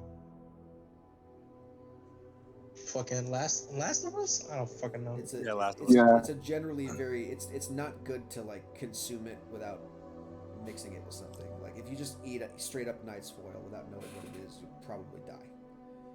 It's And then poisonous. come back. Yeah, you'll probably die and then also be reanimated as a zombie. But it's highly poisonous, very dangerous substance. Generally speaking, when people come across Knight's foil, they dispose of it as quickly as possible and just burn it away. And our contract is to go, and if we find it, just Yeah. collect it. Your contract is to, if you find it, collect it, and bring it back to Fenris, and don't tell nobody. Cool. We need a box. We need a nice box to put the shit in if we find it. I was thinking more like a glass container. I think a glass bottle would probably be better. Whatever works for you. I will stay away from it. Because a wooden box, it could just grow on that. You know, Yeah. with as much undead as you fought in this campaign so far, you could call yourself like the collective of exorcists or something. You Yeah. could call yourself the Ghostbusters too. There's 4 of you. Fuck yeah, no. Yeah. Like, okay, first of all, Damn it. we don't have a. Put in my notes, cue making a stat block for the Stay Puft Marshmallow Man, and done. Oh god. You know what's it? You know what? But I think it'd be a good day for us Ghostbusters. Say that in game. No. What did you do, Jay? Hey, I'm not the one that suggested Ghostbusters. I know, but that's a quote from the movie. It's funny. How much longer is the session gonna run? This is the end of it. This is, you guys got your contracts and talk to people. Yeah, I wanted to talk to Quill before we ended, but it seems like I have to wait till next time. So we'll if you guys want to like think on it and come up with a group name and then amend the contract, we can come back to this next week. Yeah. Yeah, because we are not going by the explorers. Debate in chat. That makes me think of Dora. No. Well, debate it in chat. See if you can come to a consensus on a group name. And if you don't amend the contract, if you don't come up with one by next week, then you're going to be called the Explorers. For now, until you think of one. And that's what will be in there. But then, so there's your next 2 quests, everybody. Go and kill zombies and collect a plant that probably shouldn't be collected, and also explore a ruin.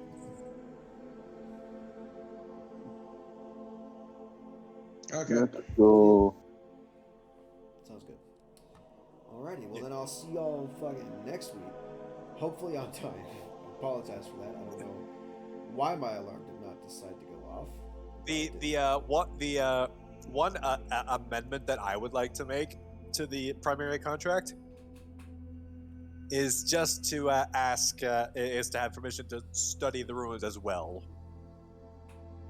Like, No one's saying you can't take notes. They just said that you have to be able to defend people if necessary. Got it. So I will most likely stay with the. Yeah, no. See you next time. Bye, everybody.